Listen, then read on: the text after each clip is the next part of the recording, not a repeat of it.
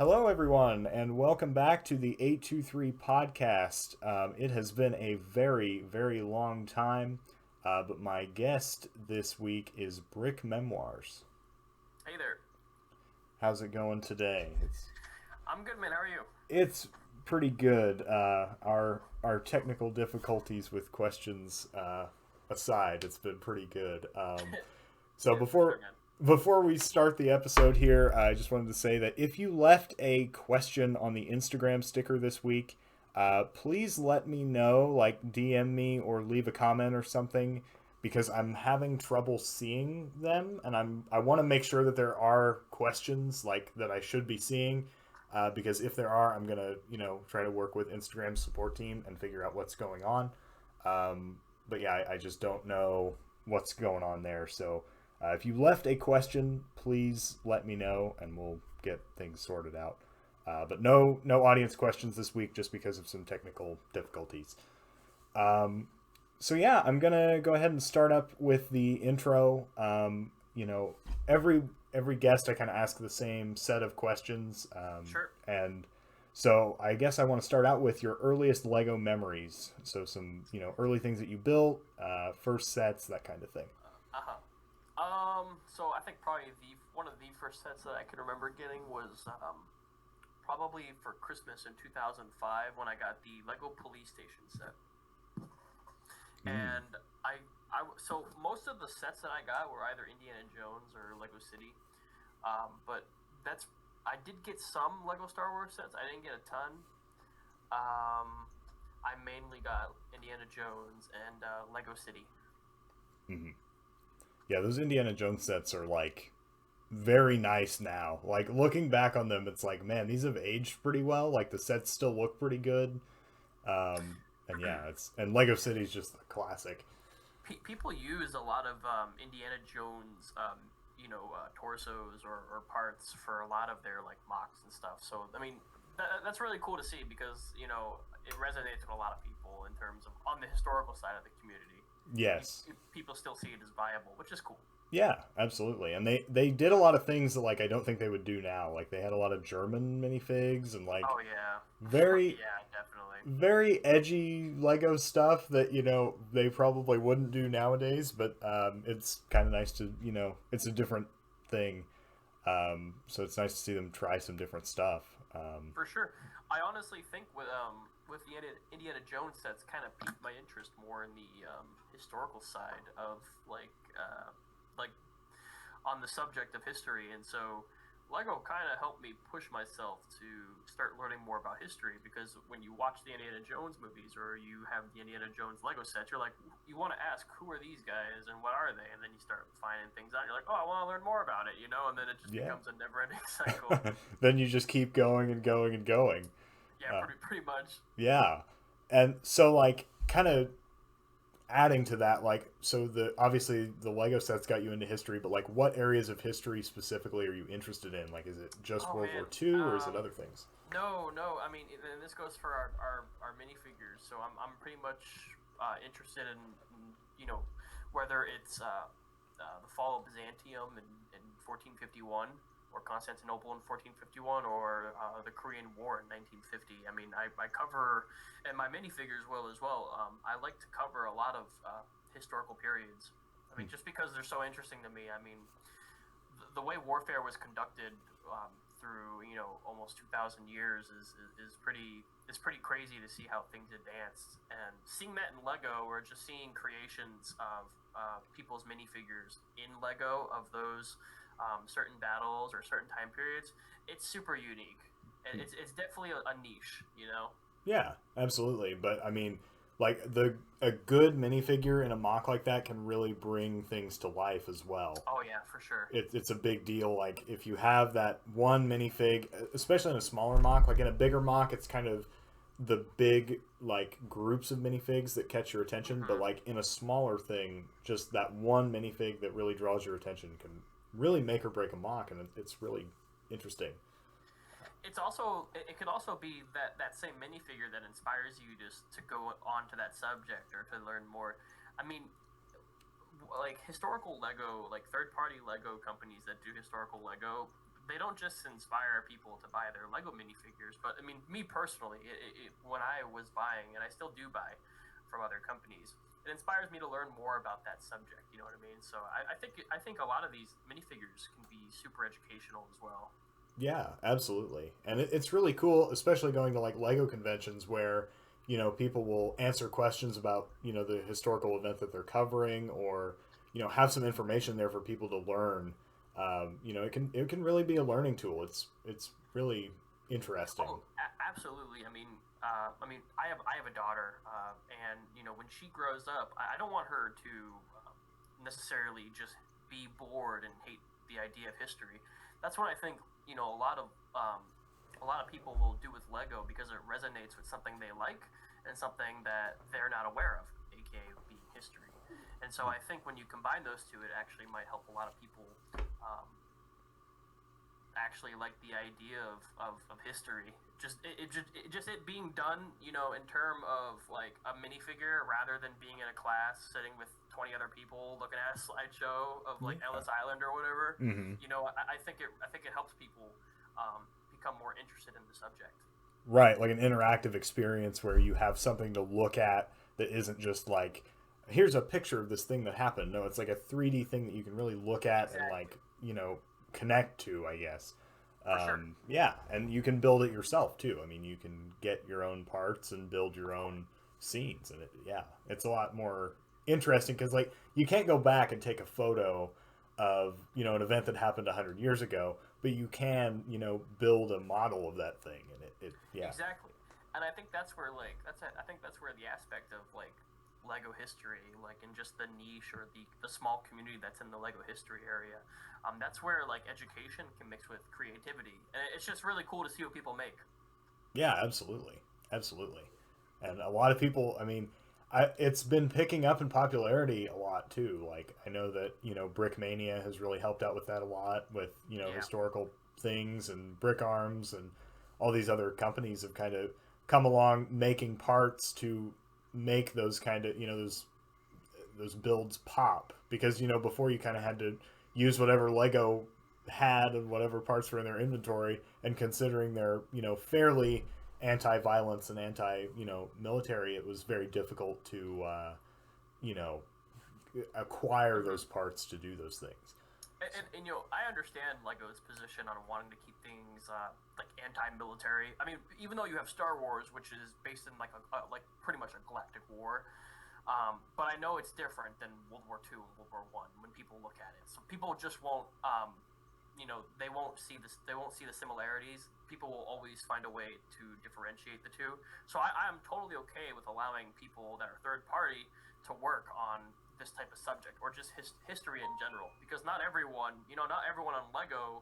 Now I'm not saying people at Lego are incompetent, but not everyone on Lego um, will do a good job. I mean, that's why I think it's amazing to have all these different companies that are third party working on official Lego pieces and then actually making something.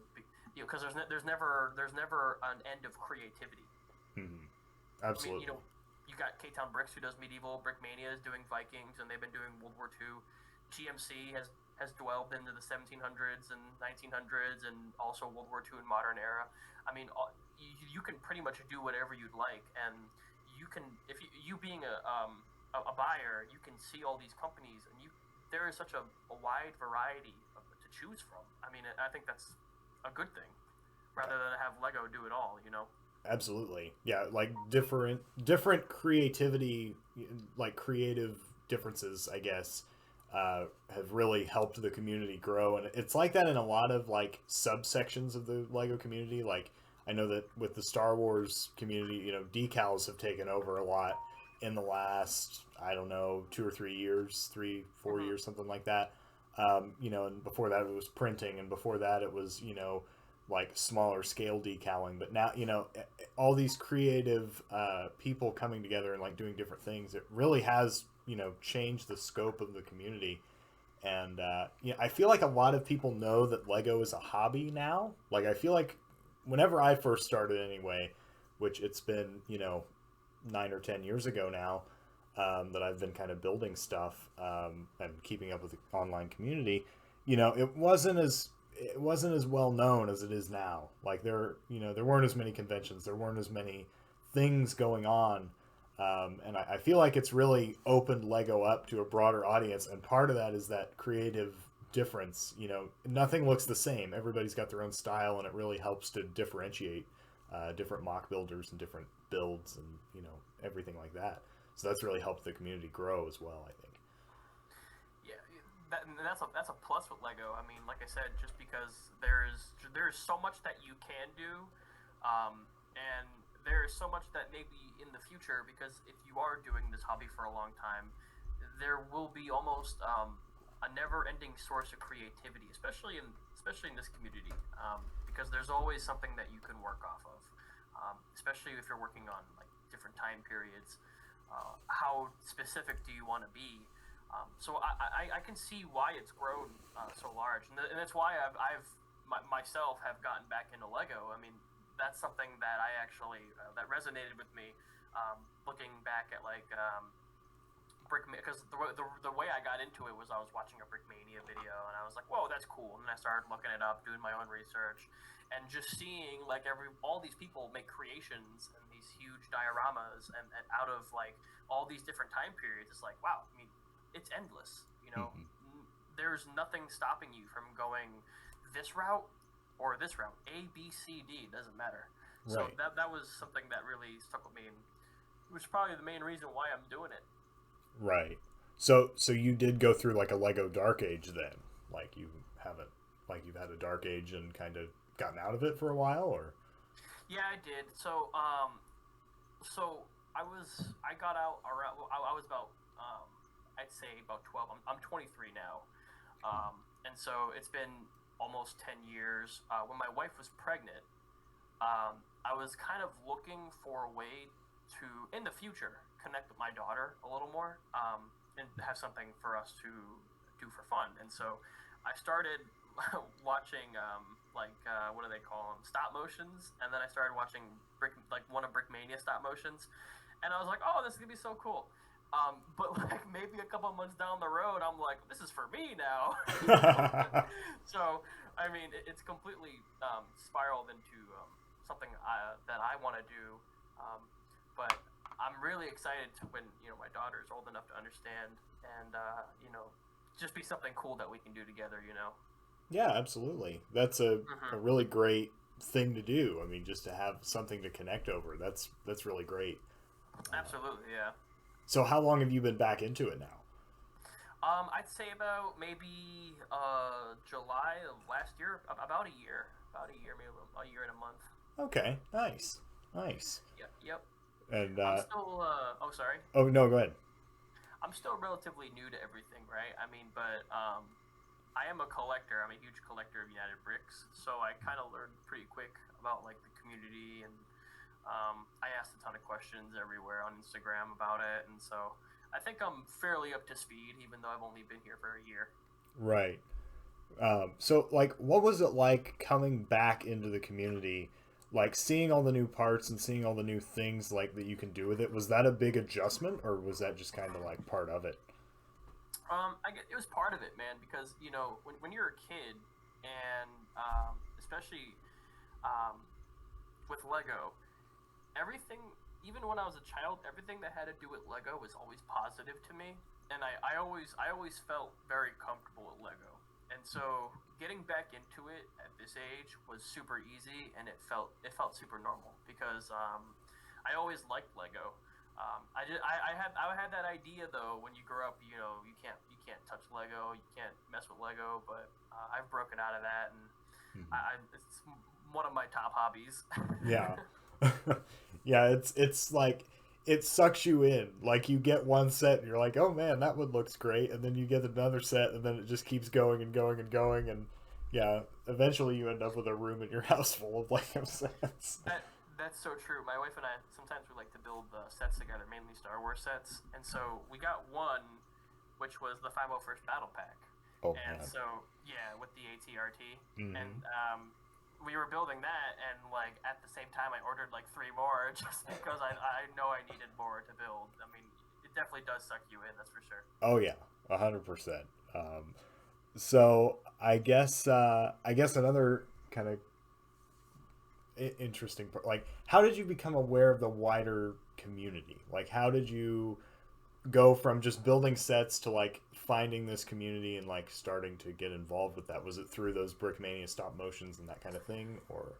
So there was a Discord that was ran by Gab's Lego, and so I was on there for a while, and every now and then, because my work is really far, so I would just put on Bluetooth and just talk to people, Mhm. and that's how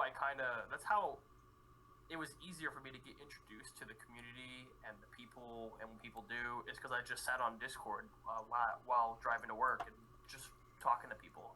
Mhm. And so I met a lot of the community members that way, and doing that kind of made me see like pretty much the ins and outs of the community, the people who are more popular in the community, like the mock builders, the fig designers, the custom minifigure dudes. You know what I mean? Mhm. So it was really pretty much from Discord, but also Instagram mainly. Mhm. So you just like found it through, just meeting people and talking to people. Then it was Yeah, something like, okay. honestly, yeah. Uh, the Lego the Lego History Chat Discord was on Discord, and Discord is the thing where you can type in a like a title or a phrase, and then it'll pop up servers that have that similar title.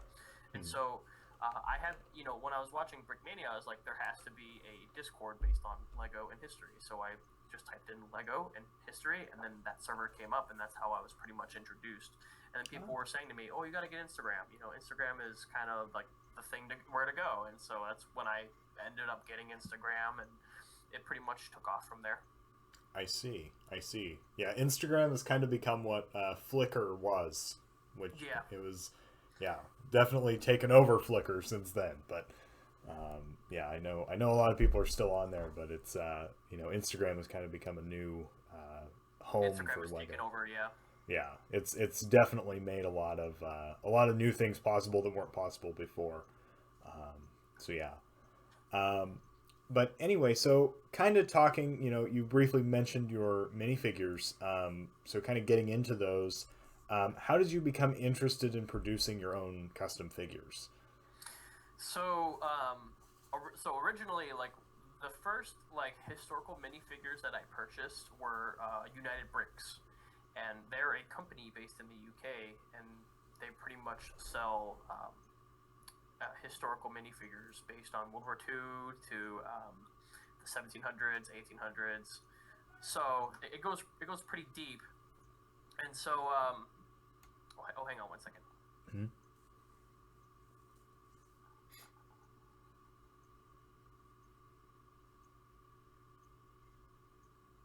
All right. Let me.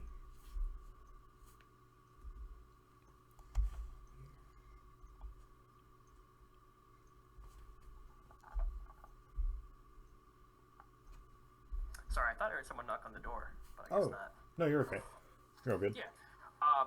So minifigures, and so yeah, so I purchased a lot of my first collection, my first minifigures, historical minifigures from United Bricks, Hmm. and so when I started to notice, because UB is fairly unique amongst other companies that do this, because they delve into factions or countries or eras that are usually unpopular by the bigger companies like Brickmania or TMC.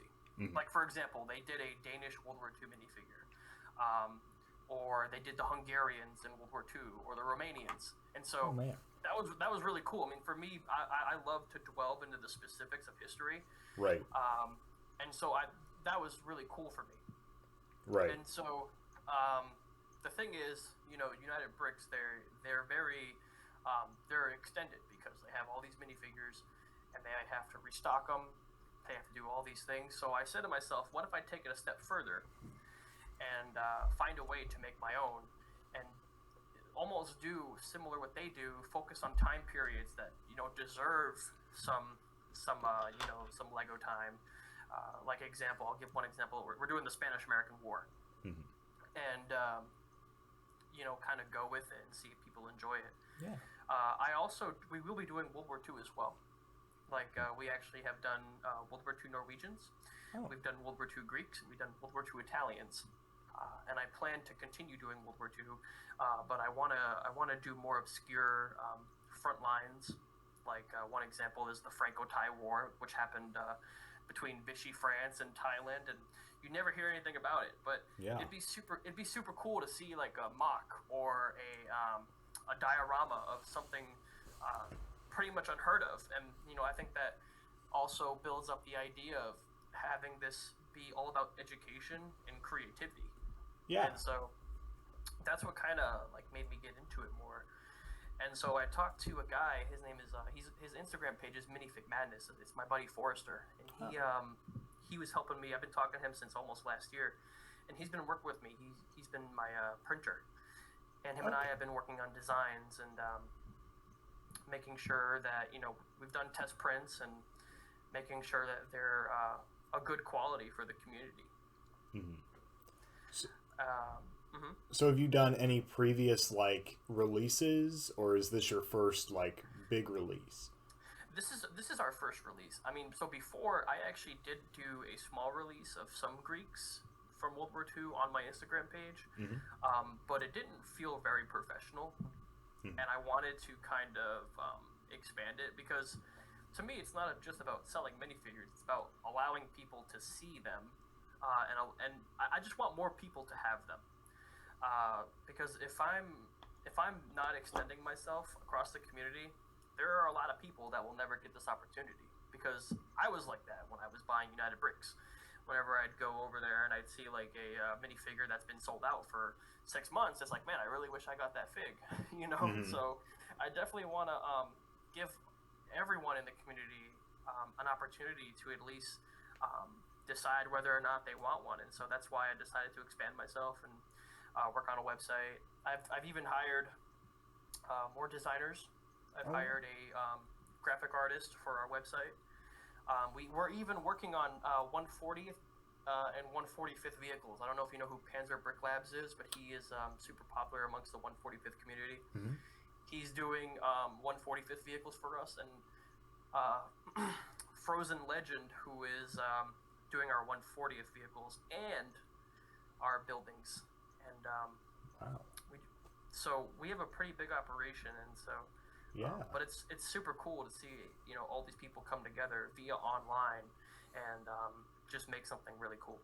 Yeah, absolutely, absolutely, and it sounds like you've really like gone big here, and it's nice to see because a lot of these historical time periods really don't get much attention, so it's really cool to see a big operation devoted to that kind of thing. Because you're right, they don't, like World War II, Greek soldiers really haven't been truly made very much. I mean, I'm sure Brickmania has delved into them once or twice, but like they don't really, they don't really make new ones, and they don't really do anything with it. So it's really cool to see a big operation devoted to this. So TMC was actually, and I'm not 100% correct, but I believe TMC was one of the only companies that did Greeks from World War II. But the difference between my Greek minifigures and their Greek minifigures was their minifigures are based off of an early design of the uniform early war. And this is something that I do a lot. So I basically do about a month and a half of research for each faction that I do. Mm-hmm. And a lot of people will use the Men at Arms series books. I tend to go to historical sources based in the country that I'm doing research. I talk to a bunch of military institutes in Athens and all over Greece to get my information.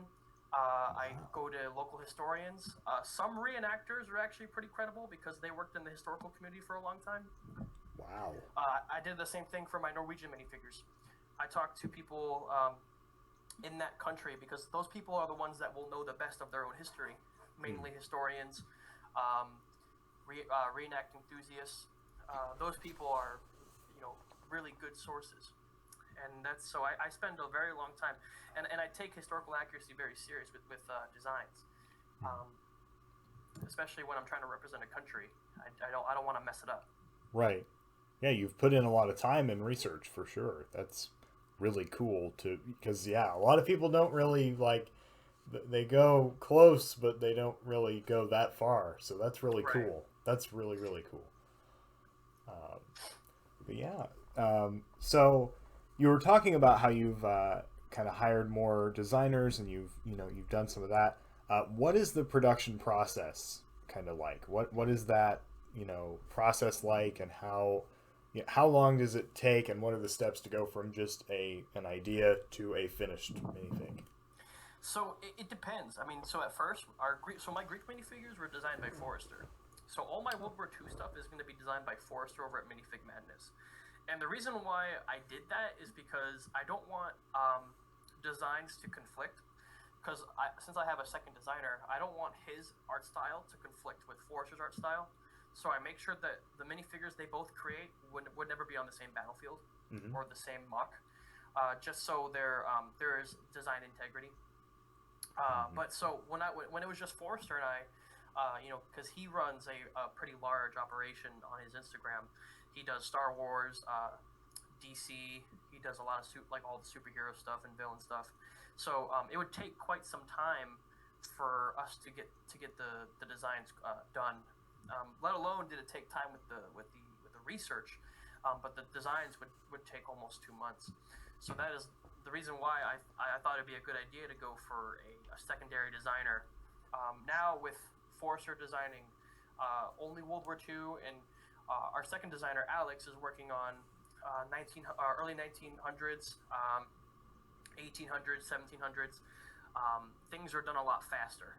Mm-hmm. So it takes us about a week to get 5 designs done, and those 5 designs I usually do per country I'm doing. I do 5 designs, so there's more variety Mm-hmm. um, within those designs, and so it takes us about a week to get that done. And then what we do is we talk to Forrester, make sure he gets them, and so we transfer the files to him, and if there's anything broken, we fix it, and then he orders the parts, and then we go about printing them. And the printing process could take 7 to 12 days. Okay, so it's pretty quick compared to like what I was expecting. I was expecting it to take months to design figures, but that's pretty quick turnaround time. Yeah, I mean, it has to do with our stock numbers. So a lot of the bigger companies will produce a couple hundred minifigures. Like for example, our each faction we sell about 25 of one design, Mm-hmm. and there's 5 designs in one faction. So it's about 125 minifigures per country we do. So Okay. it's not a lot. It's very small compared to the other companies, but I can imagine if things end up becoming super successful between us, that I can increase the stock because I know that there'd be people who would want to buy them. Mm-hmm. So you would know that you have a market for them and you can sell. For sure. I mean, it also has to do with doing these time periods can be risky because you have companies that have never done them, Right. and so there's a part of me that says maybe there's a reason why they don't do them, but there's a Mm-hmm. part of me that says maybe they don't see the opportunity. Mm-hmm. But I know a lot of these companies are super experienced, so I always try to be careful with whatever period I'm trying to portray. Right. And I keep the stock relatively medium. Mm-hmm. And then in the future, when we restock, we'll just do a larger stock so people can enjoy them more and more people can get a hold of them. Right. Yeah. That's a good idea. Just doing smaller batches first and then seeing where it goes. That's probably a good idea. Yeah. But yeah, so obviously, we've talked a little bit about the types of figures you make, but you mentioned, whenever we were communicating before the episode, that you had quite a few different kinds. So just kind of like talking about your upcoming release, what are you planning to release, and when is the release? So we're expecting to release within the mid August. Hmm. We should get done printing around the first week of August. Mm-hmm. And that gives me time to put everything together. We need to do some finishing touches on the website. The website's looking super good, and so we should have that week to finalize people's instructions, the vehicles, the buildings that we're doing, and so we're aiming for mid-August. Obviously, if things come up, I'll keep my the discords that I'm in updated, and so we try to get it done as soon as possible, but just sometimes things come up. But some of the minifig designs that we're doing, for within our Spanish American War minifigures, we're doing 5 Spanish designs, and they at the time the Spanish were wearing a pajama uniform. Oh. And they were wearing all their equipment over it. But that was actually one of the first introductions to camouflage, because the fighting in the Caribbean and in the Philippines was relatively hot and humid. And the Americans were stuck wearing dark blue uniforms, and it was super hot, while the Spanish were wearing a almost like a light blue, like a teal color pajama uniform. And they were moving quicker. They were not as fatigued. So we're doing a bunch of those. But within those designs, we make sure rank is visible. So like we have a private, a corporal, a sergeant, and an officer, and we even have another private. But all their equipment varies, because the equipment across the Spanish American War differed. It was different in the Philippines, and it was different on the Cuban front. And so I try to make the minifigures not all of them resemble every single period, but at least one of those minifigures you can use anywhere within the conflict. Oh, that's cool. That's a really cool idea. Yeah, so what's actually surprising about this pajama uniform, where there were multiple types of this uniform. Some had pockets, some didn't. Some had buttons, some didn't. And so we made sure to do. I made sure to make sure the information was correct. And then what we do is we do at least one of those designs, just to make sure that if you have a niche for accuracy, give a stick for it, and so basically some of those figs, or at least one of those figs, can be anywhere during that entire campaign in the Spanish American War. I understand. Okay, so that's a cool it makes it easier to use them across the conflict, and you can build multiple mocks with the same figures, kind of thing. Yes. Okay, that's great. This is what I want every company to do. This is what I want every company to do. Just make figures that can work anywhere and make them versatile. Because a lot of people, you can't buy every single release because it's just too expensive. And so if you can use the same figures multiple times, that makes it a lot easier to make a lot more mocks. I mean, and this is kind of a spoiler for our upcoming our second release, but we plan on doing the Boxer Rebellion. Oh. We're doing one minifigure per country, and so there were 8 European nations that were mainly involved. So and this is probably the hardest information I've had to obtain. I was actually super lucky to find a old historical website about a dude. His name was Captain Patrick O'Keefe, and he was a photographer with the Army Engineers that went over to China, and he took these amazing photos of almost 360 photos of the soldiers' equipment and gear, and I was able to use that and do historical checks with certain museums. For example, I did one of the designs we did was actually a Austrian sailor that was based on the SMS Kaiserland, and so I contacted a museum in Austria that actually has those uniforms visible, and then I asked them politely, hey, are these pictures accurate of the Austrian sailors at the time? And they're like, oh yeah, and they were super helpful, by far the most helpful museum I've ever contacted. But it only helped me validate that those photos were super authentic and they were super trustworthy, especially if the museums of each country I was contacting were saying me that this is good information. And so I took that, and I basically just ran with the idea of, okay, let's do one country let's do one minifigure for per faction, and so just represent everybody. Mm-hmm. And so it's been super fun. Really, it's stressful, but it's super fun getting them out. But yeah, I mean, it's a good time. Sounds like it. It sounds like it's a fun endeavor there. Just learning about every country. I mean, that sounds like a lot of fun. And yeah, I'm really excited to see these figures. To be honest with you. And so you said go ahead. Mm-hmm. No. Sorry. No, you said the release would be around mid-August, right? Like that's when Yes. you're expecting. Probably around the week before we do the launch. I'll showcase a couple, and then go from there. Okay. But another thing that we actually have planned is Chinese Civil War. We actually have the minifigures, like the designs completely done. Oh, wow. And so we're gonna take those, and we're gonna probably do that also with the second release. I'm kind of going back and forth whether or not we're gonna do Boxer Rebellion first or Chinese Civil War. Mm-hmm.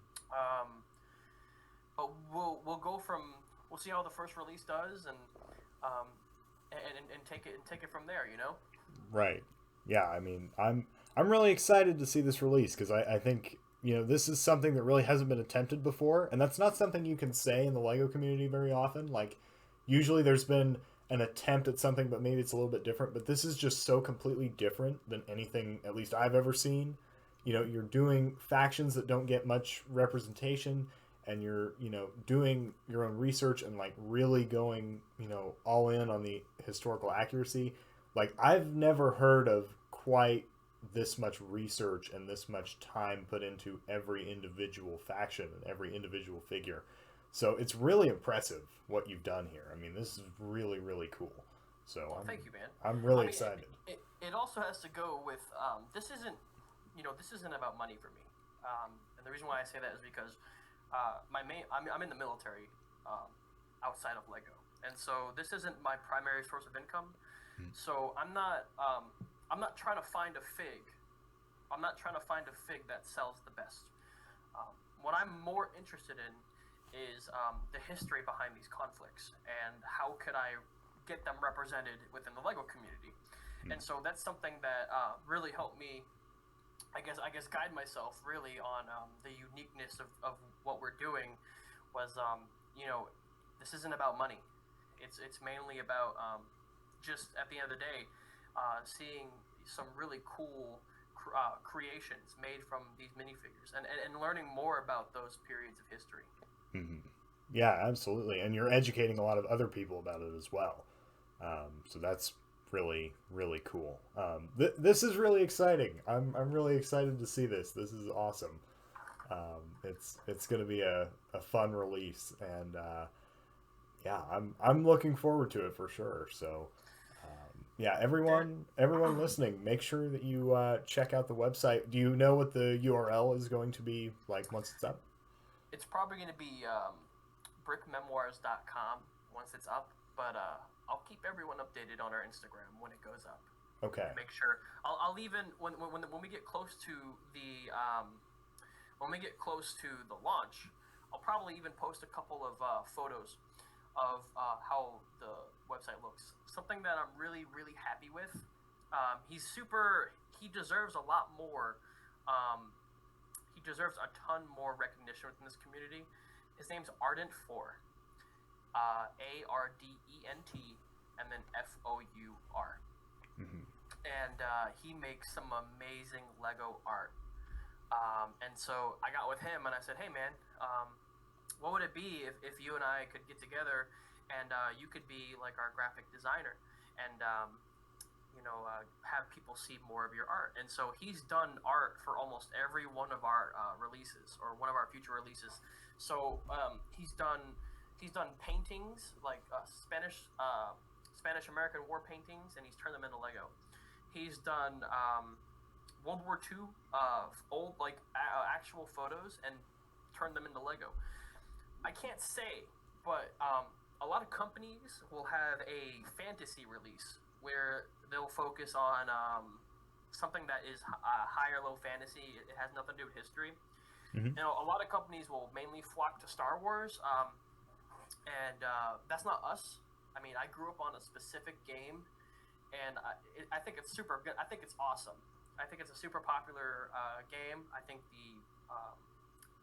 the time period and the lore surrounding it is awesome, and I think people in the Lego community would love it.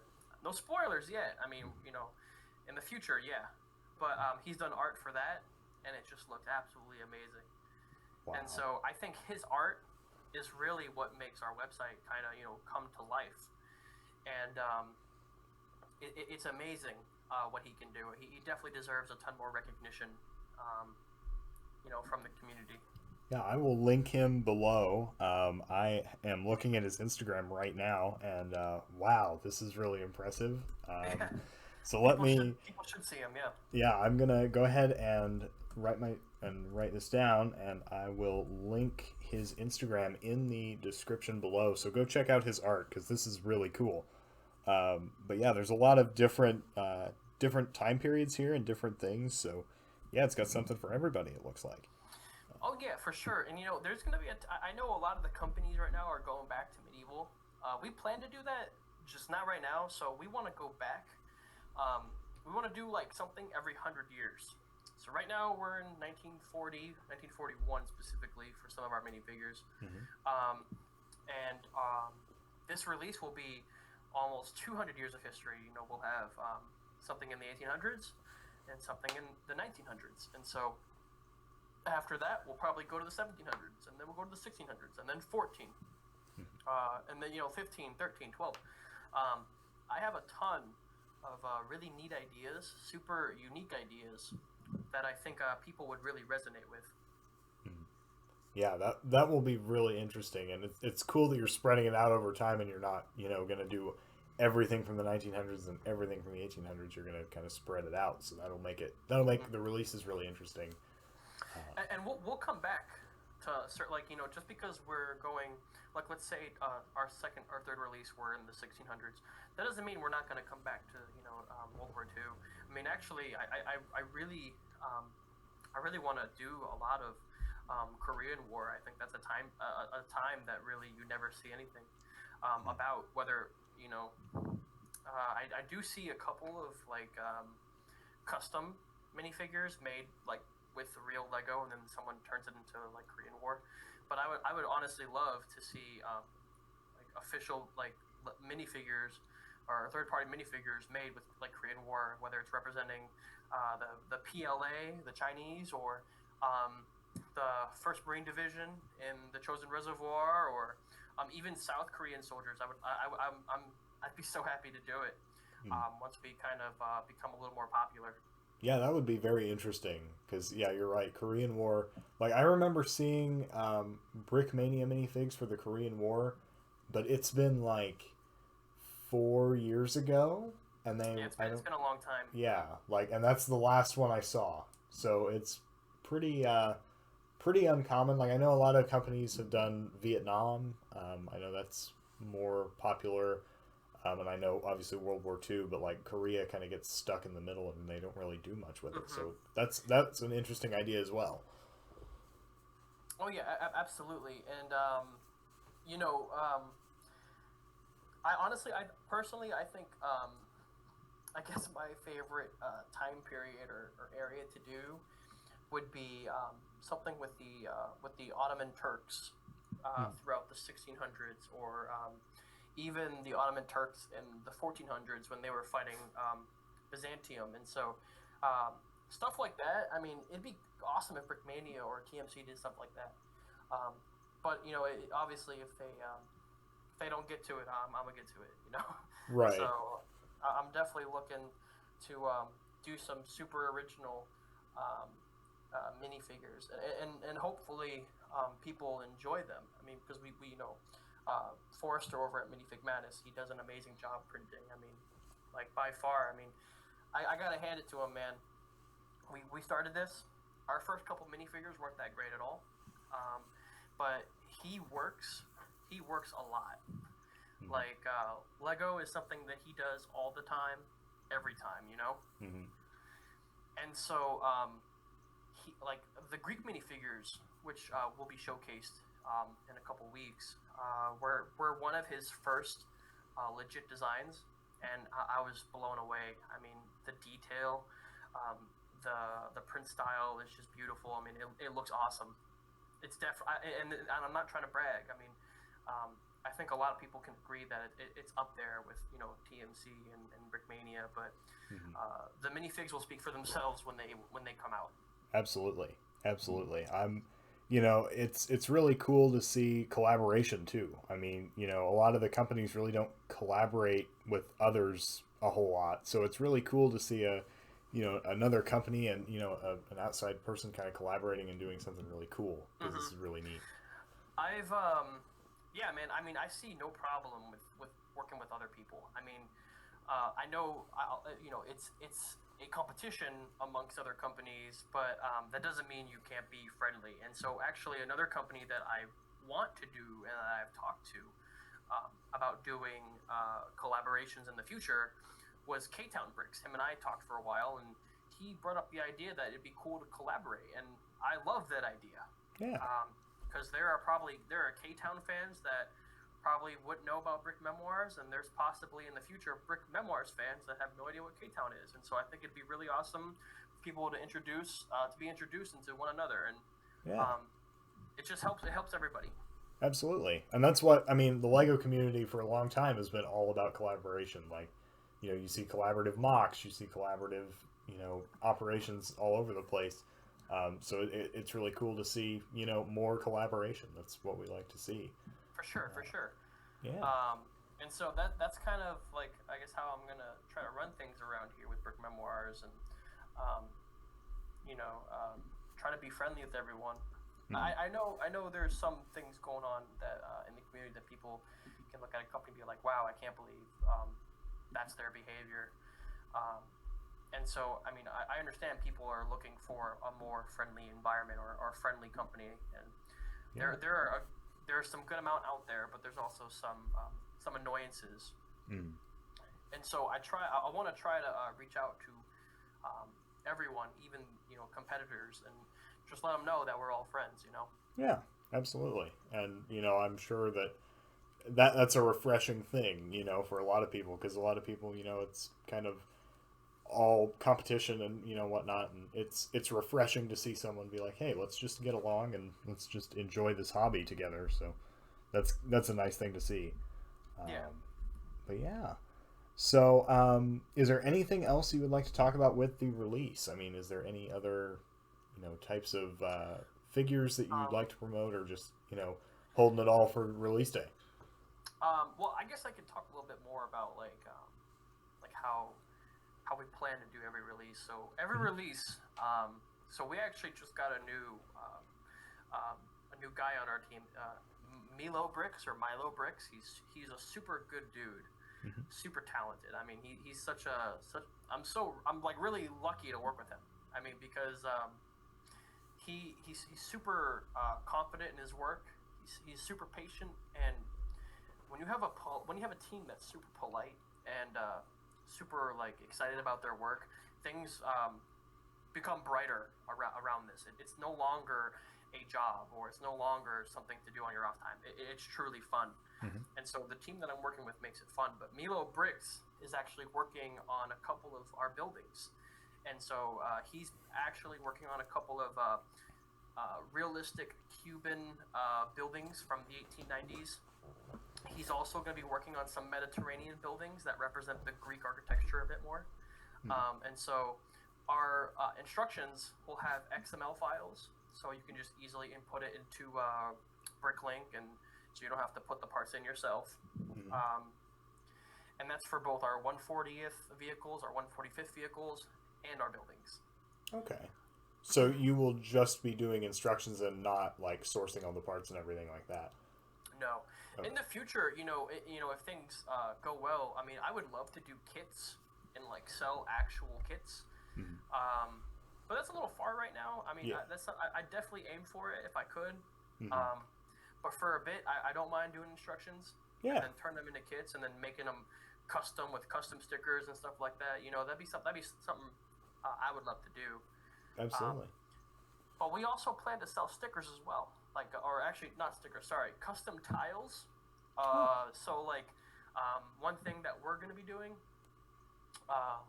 custom propaganda posters of the time period. So we have a couple of some custom propaganda tiles done for the 1890s during the Spanish-American War.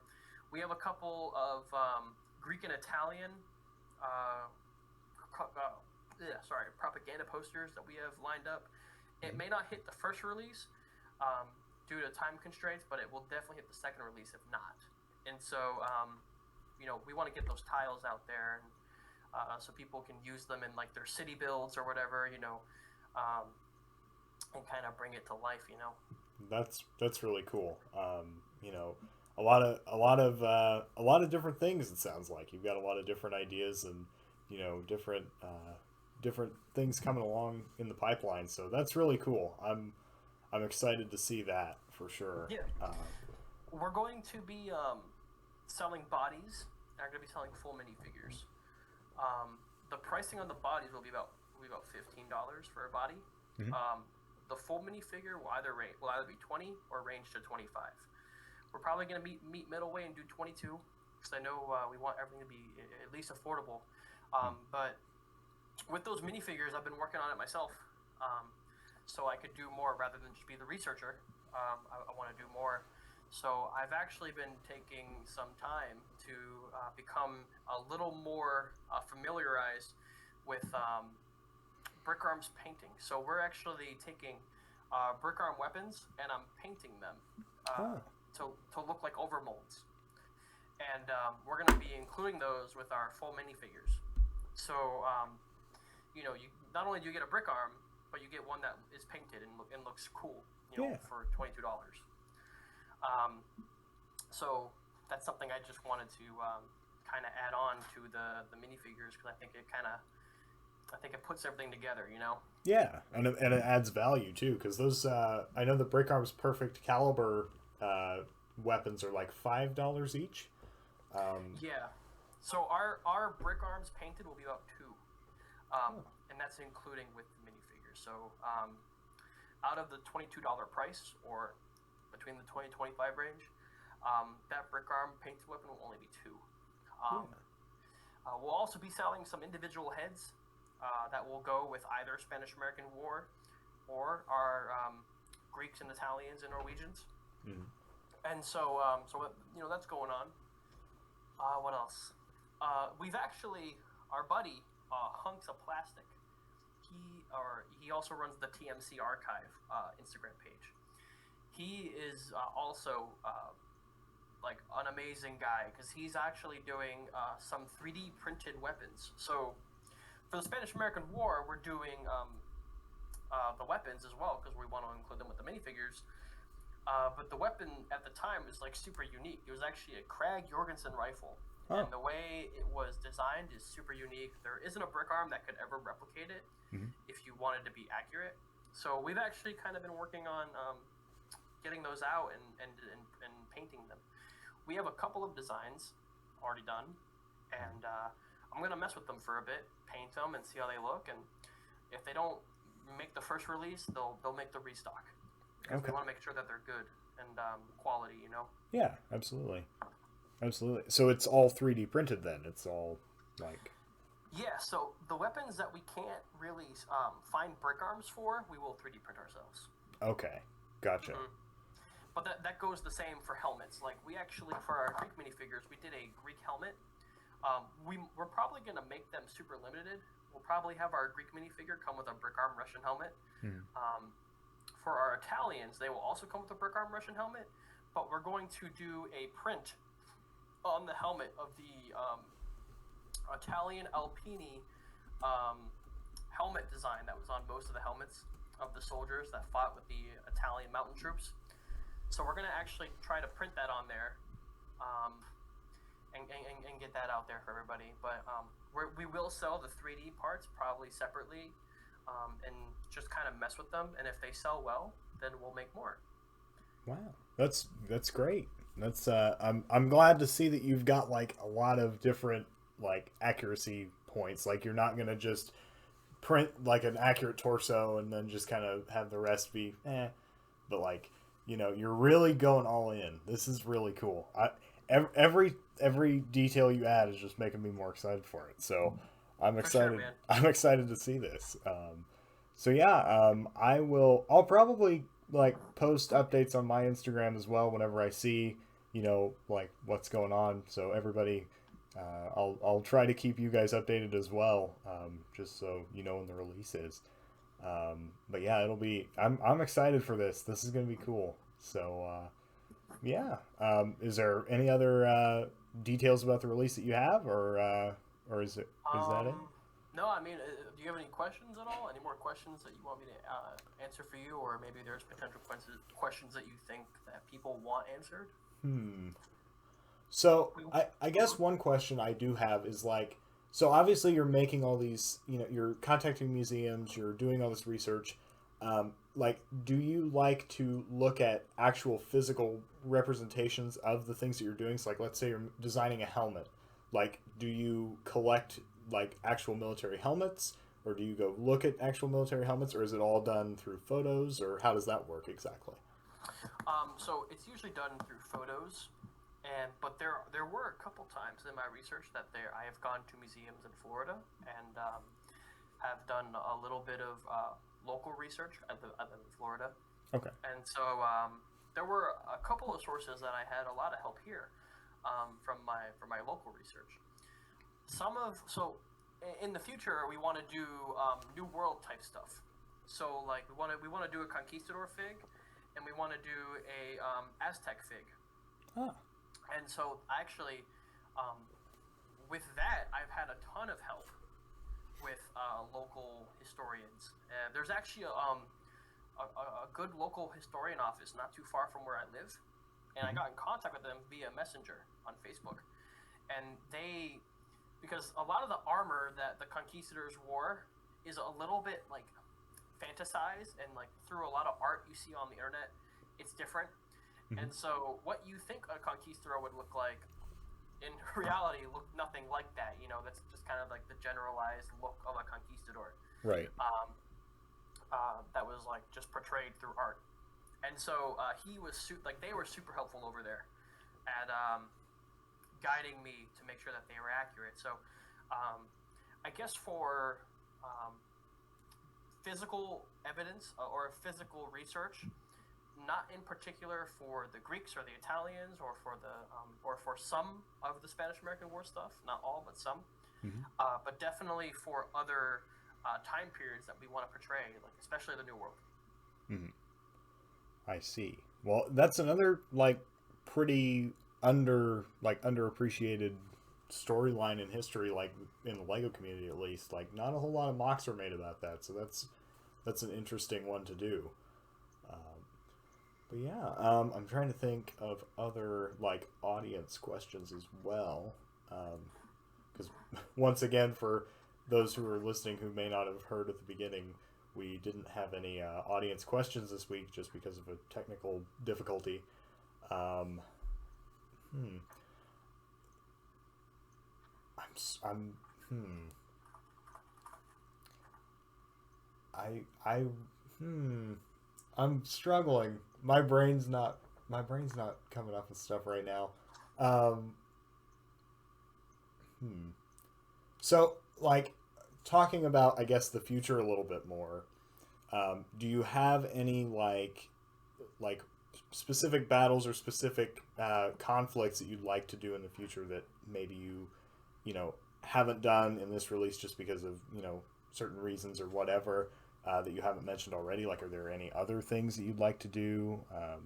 Just that kind of thing. I mean, I definitely would like to do like so like I said earlier, one of the things I'm really looking forward to are doing like the Ottomans during the 1600s. So like Janissary minifigures would be pretty cool. Um, or let's see, I want to like mess around with the Franco-Prussian War. Oh yeah, I that would want be cool. I want to mess around with the Great Northern War, which was a conflict between Sweden and Poland, Lithuania, and Prussia, Russia, and the Danish and Norwegian personal union. So there's a ton that I want to do, and give me time, and I will definitely do it. And so that's what I'm looking at right now. for those time periods. But yeah, I mean, do you have any suggestions? I mean, I think that there are probably some like underappreciated World War One things, maybe like World War One. Sometimes doesn't get a ton. I know for the 100th anniversary they did quite a few. Various companies did quite a few, but there are a few figures from that possibly could be made. Obviously, the Napoleonic Wars are interesting, and yeah, I mean like. There aren't a ton of like American wars, but I'm sure, there are a few things like that. Just like smaller wars are interesting. But I would really like to see some Napoleonic things. That would be For sure. cool. Yeah, I mean, we definitely want to do Napoleonic Wars. Um, and that's something I've actually gotten a ton of questions about is the Spanish Civil War. Oh yeah, I didn't even think about that. I guess what's really hard about doing the Spanish Civil War is there weren't too many uniforms that were uniform. A lot of people were wearing very very regular clothing, so it's super easy to just make a Spanish Civil War minifig by just getting Lego pieces or official Lego minifigures and then taking them apart and just mixing them. But let's see. I've gotten a couple of requests on Vietnam, which we probably will do. Eventually. I can't say anytime soon, but eventually. Right. And then like I'm sure you've gotten like smaller World War II countries as well. Like. Yeah. So actually, one thing that I really would love to do eventually in World War II. A lot of our 140th instructions are actually based off of this, but a lot of our 140th instructions for World War II are based on a early war setting. So we did a bunch of early war vehicles for Germany, for Poland, for the Soviet Union. We're doing some for Italy before the release as well. And that was because there was a time where I was just going to do every World War II country that participated. But that changed pretty quickly, and so. But one fig that I would love to do would be the Polish from World War II. I think, and this is no offense to the companies that do the research or whatever, but sure. A lot of the companies that do World War II Poland aren't very accurate, and so that's something that I've always kind of wanted to do, just to kind of just put it out there, because I've talked to a couple Polish people in the community, and they feel the same way about some complaints about certain companies and the accuracy on the Polish. So a lot of the people in the Polish community have asked me to do that as well. Yeah, I'm sure. For sure. Another country I would like to do in World War II would be Slovakia. Slovakia was actually Hitler's first ally in World War II.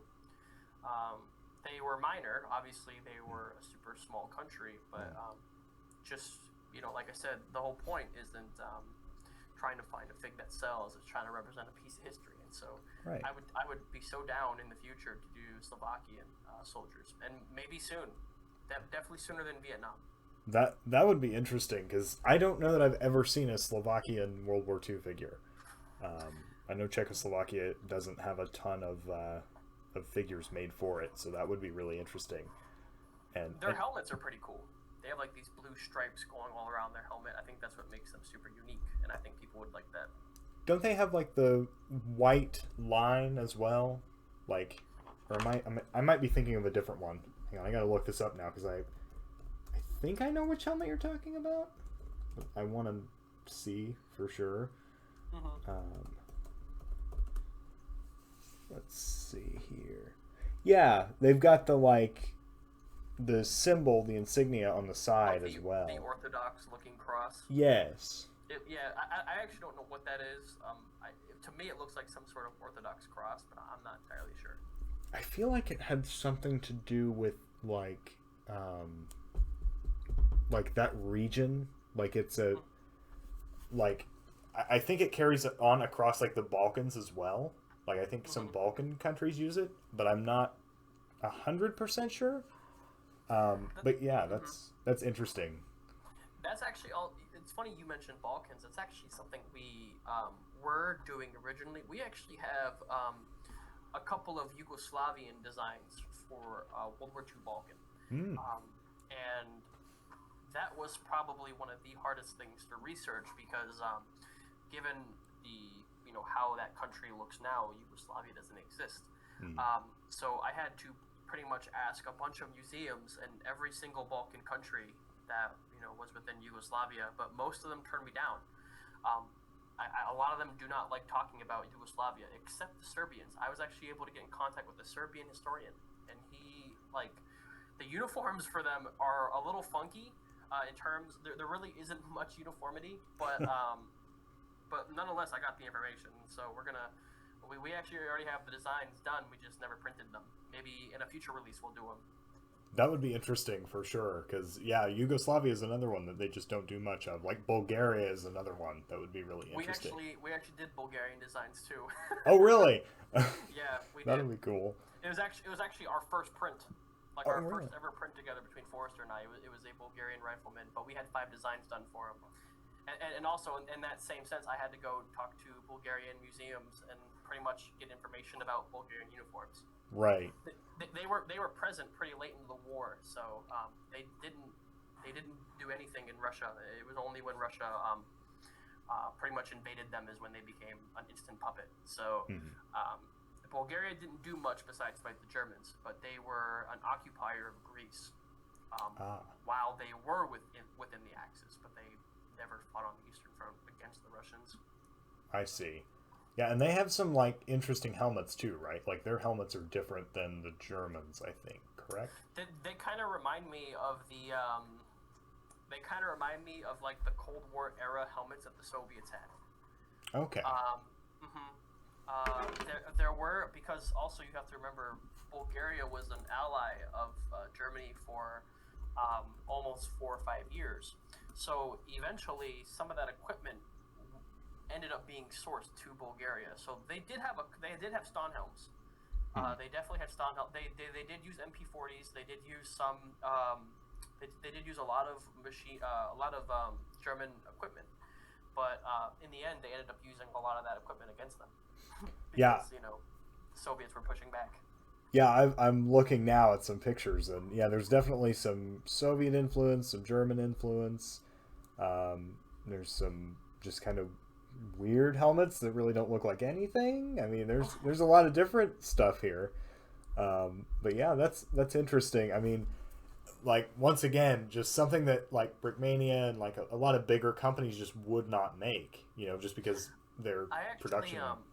I talked to Dan one time on Discord a long time ago, and I said to him, I go, hey man, why don't you guys ever do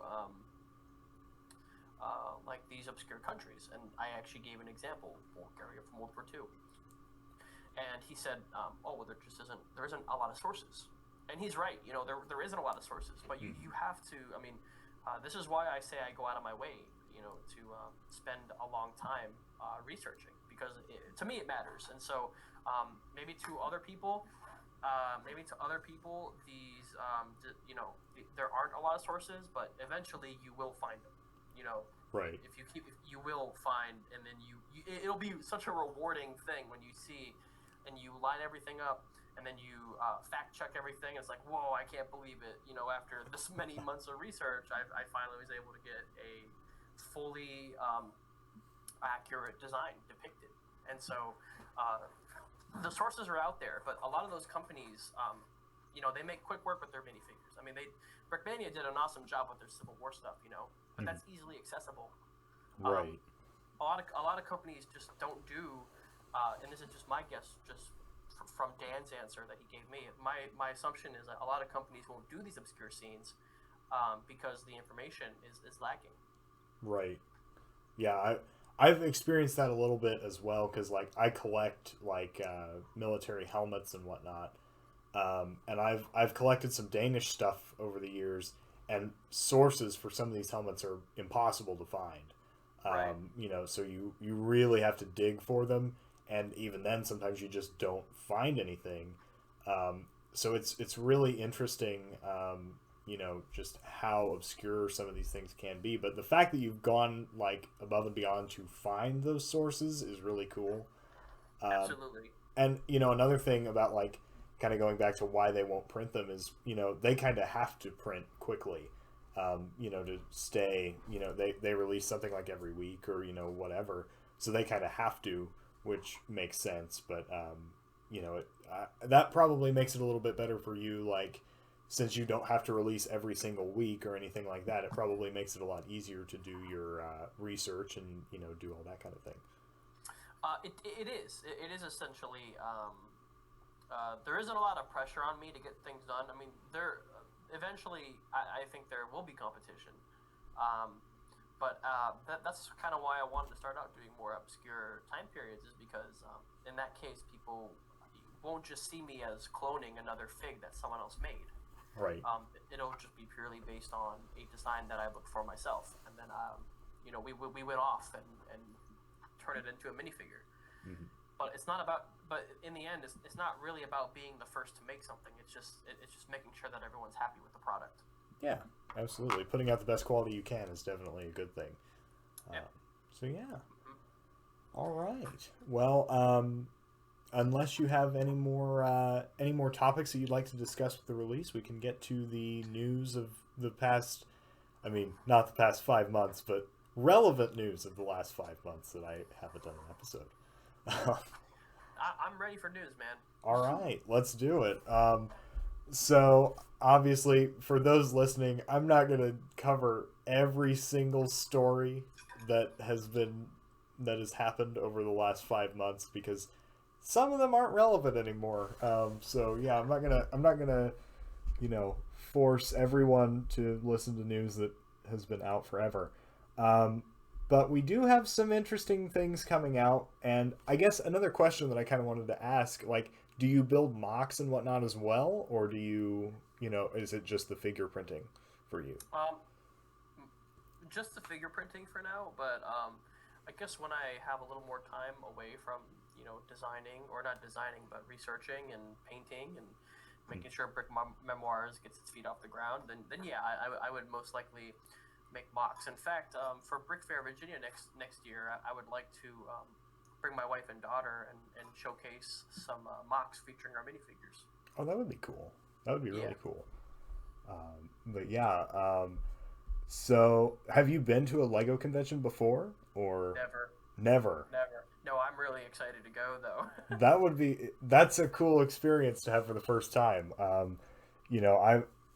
live like in like the closest convention to me is Indianapolis, which is once a year. And going there for the first time and just seeing that was really cool. And then I also was fortunate enough back in 2016, I went to Brickmania's HQ for their like annual convention there.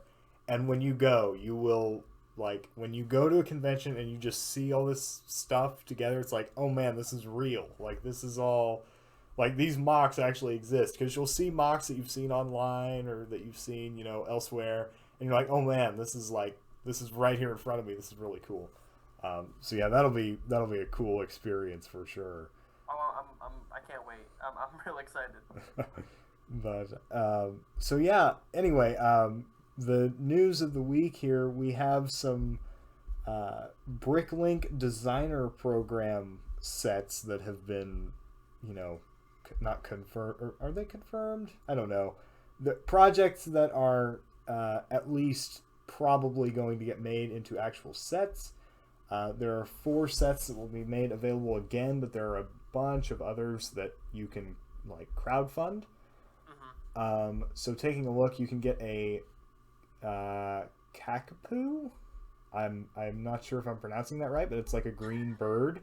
Yeah, I know what it is. I don't know if I'm pronouncing that correctly, but we're gonna go with that. And it's $80 for a smaller, a smaller bird here. It looks like. I think the next one was like a tugboat, right? Yes, the Great Fishing Boat. Yeah. It is $129 US, which this was actually an ideas project. Interesting. I think like 6 or 8 months ago. This was an ideas project, and they just didn't. It didn't pass the phase that like to get made into a set, but they've put it here, and it looks really nice. Did you ever? Do you watch Beyond the Brick? I assume you might know who they are. I have seen some of their videos. Yes.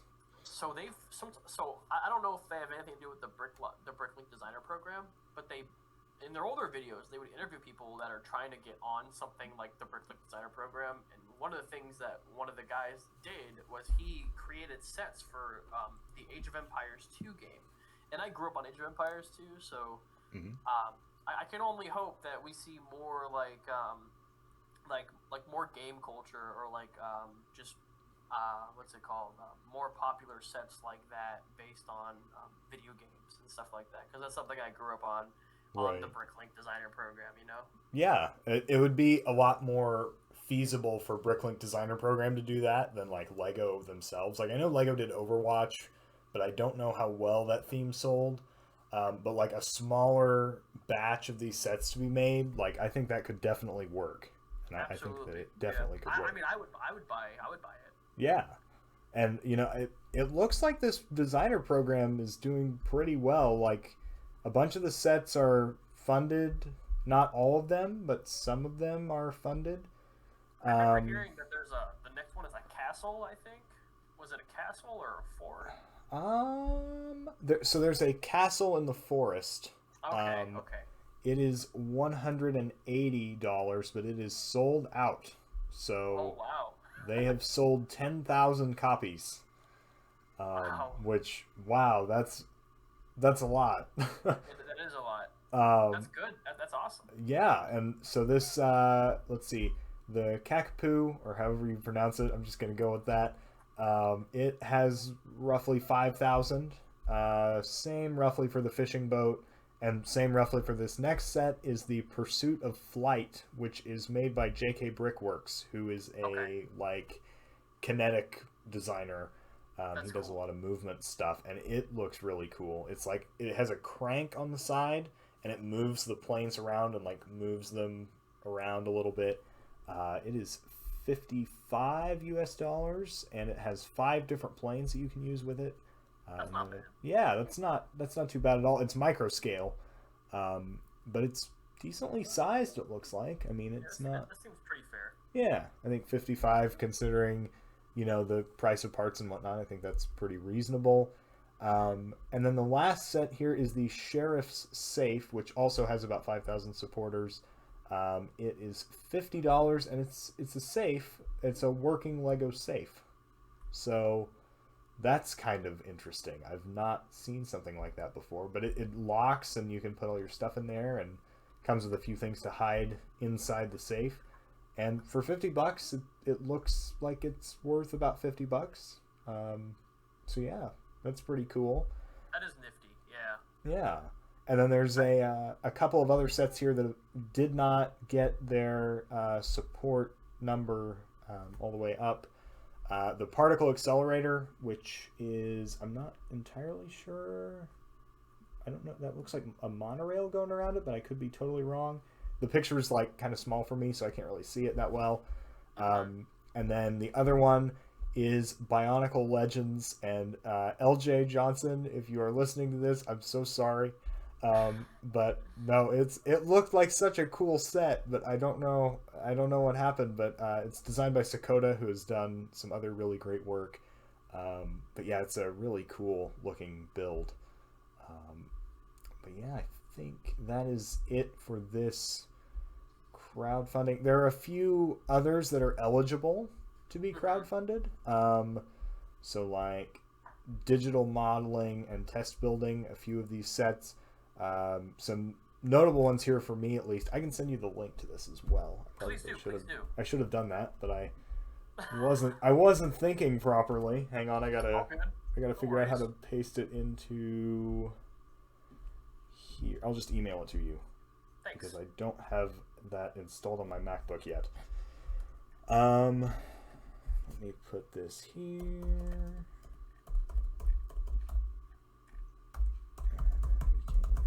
That. Okay, maybe. There we go. should have sent. Thank you. There you go. Yeah, that will probably make this a little bit easier. I was thinking, okay, I figured I had already sent the link or something. I don't know why. I was just thinking in the back of my mind, oh yeah, he could see this, and I was like, oh wait, probably not, because I haven't sent the link yet. Sweet. So yeah, down at the bottom here we have like a 1950s diner that looks pretty cool. A train station that looks really cool. That does look nice. I do agree. The garage door panels look really great. Let's see. The mountain windmill looks pretty cool. A retro bowling alley. That's kind of cool. I thought Brick West Studios was already a thing. Maybe I'm wrong. But I thought that was already a set somewhere. I don't know. Maybe I just saw it like on Lego Ideas or something. Right. Ruined house. That's kind of cool. A working waterfall. That's interesting. Clockwork aquarium, exploratorium, a modular Lego store. Oh man, that's kind of cool. I'm not gonna lie. That'd be good for like a Lego city build. It would. That would look so cool. And I have a few of the other modular buildings. I still haven't gotten the police station from this year, but I have like all the others going back to like 2015, I think. And like that would look really cool right in the middle somewhere. Venetian houses, those look like modulars as well. Modular construction site. They have a Lego minifigure with a skeleton. That's kind of interesting. Anatomini. I can't pronounce an anatomy maybe. Yeah, I'm just gonna leave that one. I'll just call it minifigure guy. And then Mountain View Observatory. Oh, that one's unfortunately due to high complexity of this project, it will no longer be included in round 1 crowdfunding. It will be available for crowdfunding in another round. So apparently that one's pretty complicated. What are some designs that you want to see on the designer program? Like ones that are here that I would want to see get through? Ones that you don't see there, but you would like to see someone build eventually. Oh man. Like I obviously, if it were me, Star Wars stuff, I can think of a lot of that, but like obviously, they're probably not going to do that. I have really wanted to see a Lego IndyCar for a long time, like an IndyCar type build. So like maybe a micro scale or at least like a midi scale Indianapolis Motor Speedway would be interesting, which is like Indy 500 type stuff. I would love that. And that's just such an iconic place, at least for me. Kind of growing up in this area, it's kind of a big deal around here. So that one's kind of nice. I would love to see some NHL stuff, like some sporting type stuff. Some hockey. That'd be pretty sweet. Yeah, maybe like a couple of maybe they do how they do battle packs for Star Wars. They can do team packs, and you can get the team. I like it. like a line, yeah, like one line for like the Flyers or one line for the Bruins. That'd be pretty. Yeah, like you could get Bergeron, Pasternak, and Marchand, and maybe like a goalie. Maybe a Rask. Yeah, get Tuukka Rask.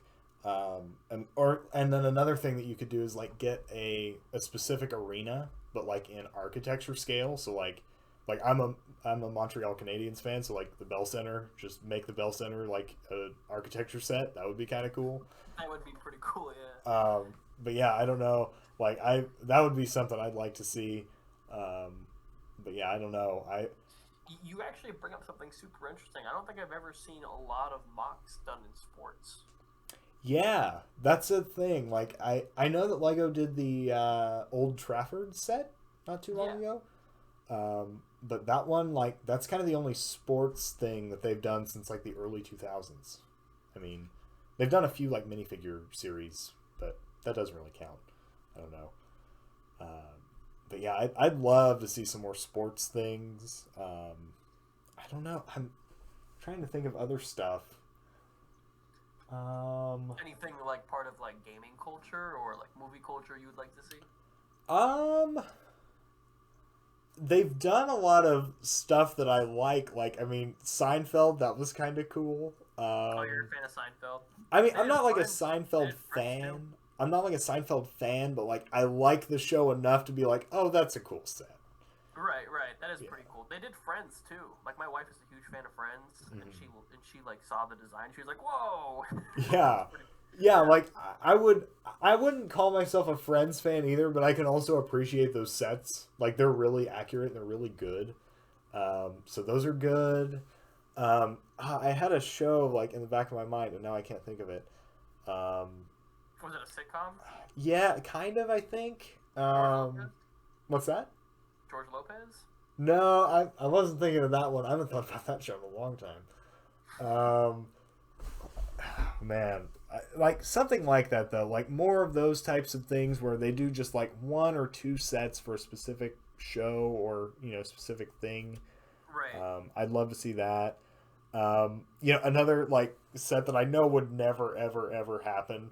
But I don't know if you're familiar with the show American Pickers, but they like go I around. am. I am familiar Can with the show. can we American please Pickers. get a like the van from that show? That would be so great. Obviously, with Frank leaving the show, like that's probably not Yeah. going to happen. But like that would be Well, kind of cool. his the guy that when Frank left, that guy's brother took in, right?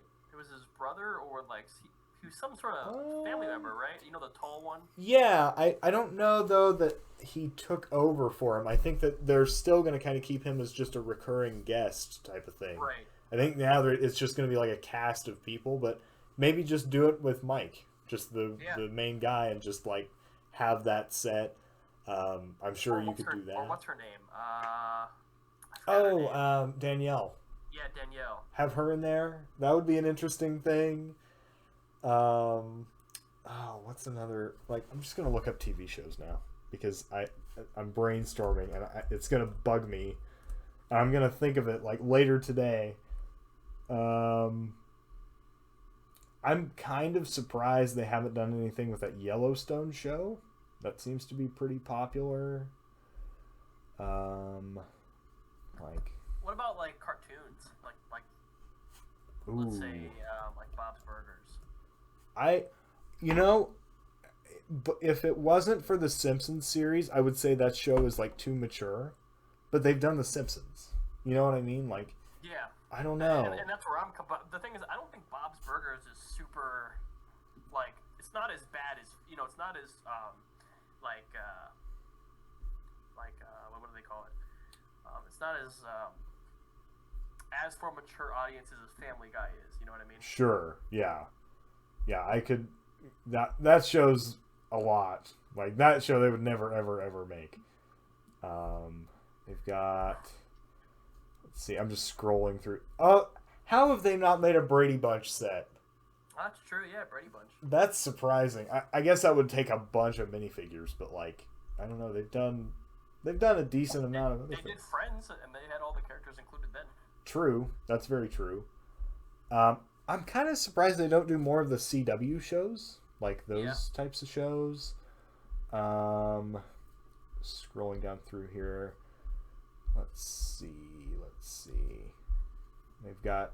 We have a Flintstones set. I was just about to say Flintstones, but that does exist. Which that's kind of a cool thing. Full House. That Yeah, that'd be cool. Full House. that could happen. I know they did Doctor Who before. I know there was talk, at least at one point, about them collaborating on a Top Gear thing. Like Oh, that was really? supposed to happen, which it never actually like got off the ground. I think they did a keychain, and that was as far as they got. But there was talk about like a game, like a mobile game, and it kind of just it didn't really take off. But Right. they definitely wanted to do that. I think. Let's see what other shows do we have here. Let's see. I can look up cartoons as well. I think. They're really getting into cartoons though. I'd like to see Tom and Jerry. I know that was talked about at one point. That'd be interesting. Tom and Jerry was like a what was that game called? Lego Dimensions. They were going to do a Lego Dimensions set for that. Peppa Pig. That would be like, I know that show's popular right now. That wouldn't. That'd probably resonate with kids. Yes. They've got. I don't think they do a Rugrats one. Probably. That'd be cool if they did. I enjoyed Rugrats as a kid. Yeah, it's just like it's kind of been off for long enough now. I don't know that like kids would know. You know they had like a spin-off show called You ever watch that? All Grown Up? Mm-mm. Yeah, it was like Rugrats, but they were like 14. Oh. Yeah, it's called All Grown Up. Huh. I have never heard of that, but that's interesting. Like usually they don't do like a sequel like that. That's kind of cool. We have Looney Tunes now. That's a thing. Yep. Gravity Falls. I think Gravity Falls was another one that was supposed to get sets at one point for Dimensions.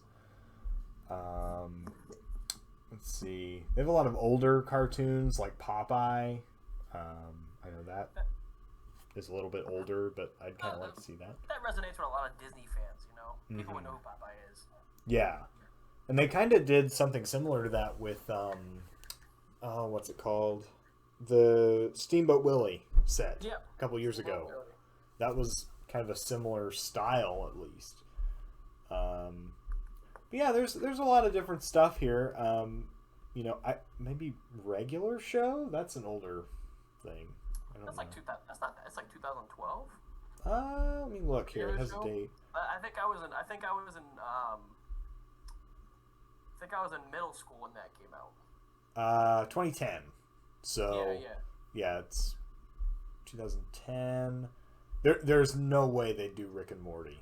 No way. I don't know. I would leave that to like a third party company. Yeah, I think there is a third party company that has that license as well. Oh, I know the thing I was thinking of. The Office. Oh, The Office. That's the sitcom I was thinking of. I mean, I don't know if that technically counts as a sitcom, but... Did you watch The Office?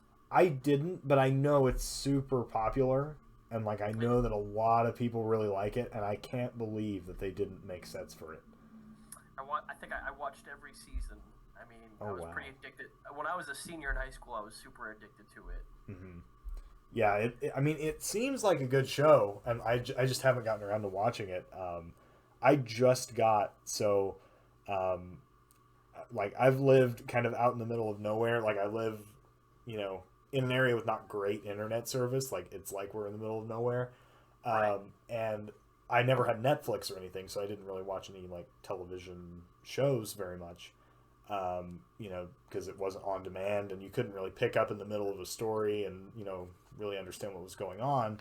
But I just got Netflix and like Disney Plus and stuff the other day, about a couple weeks ago.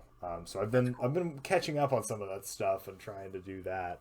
If you watch Netflix, I really recommend it. It's called, for anyone listening, if you're like fans of like The Walking Dead, but not The Walking Dead after season 5, because the problem with The Walking Dead, it was just repeating itself. It was so repetitive. People just stopped tuning in, and I was one of them. But like in 2010, like The Walking Dead was big. But there's a Korean show. The reason why I found out is because my wife, she's from the Philippines. She loves everything Korea for some reason, and so her and I were looking for something to watch, and she found this Korean show. It's called Kingdom, and it's literally like it's like if the zombie apocalypse came to the Korea or the Joseon Empire in the 1500s, and like it's pretty much them having to deal with like these like massive hordes of like undead peasants. But like the way it builds, like the story and how the infection came to be, like it doesn't start from like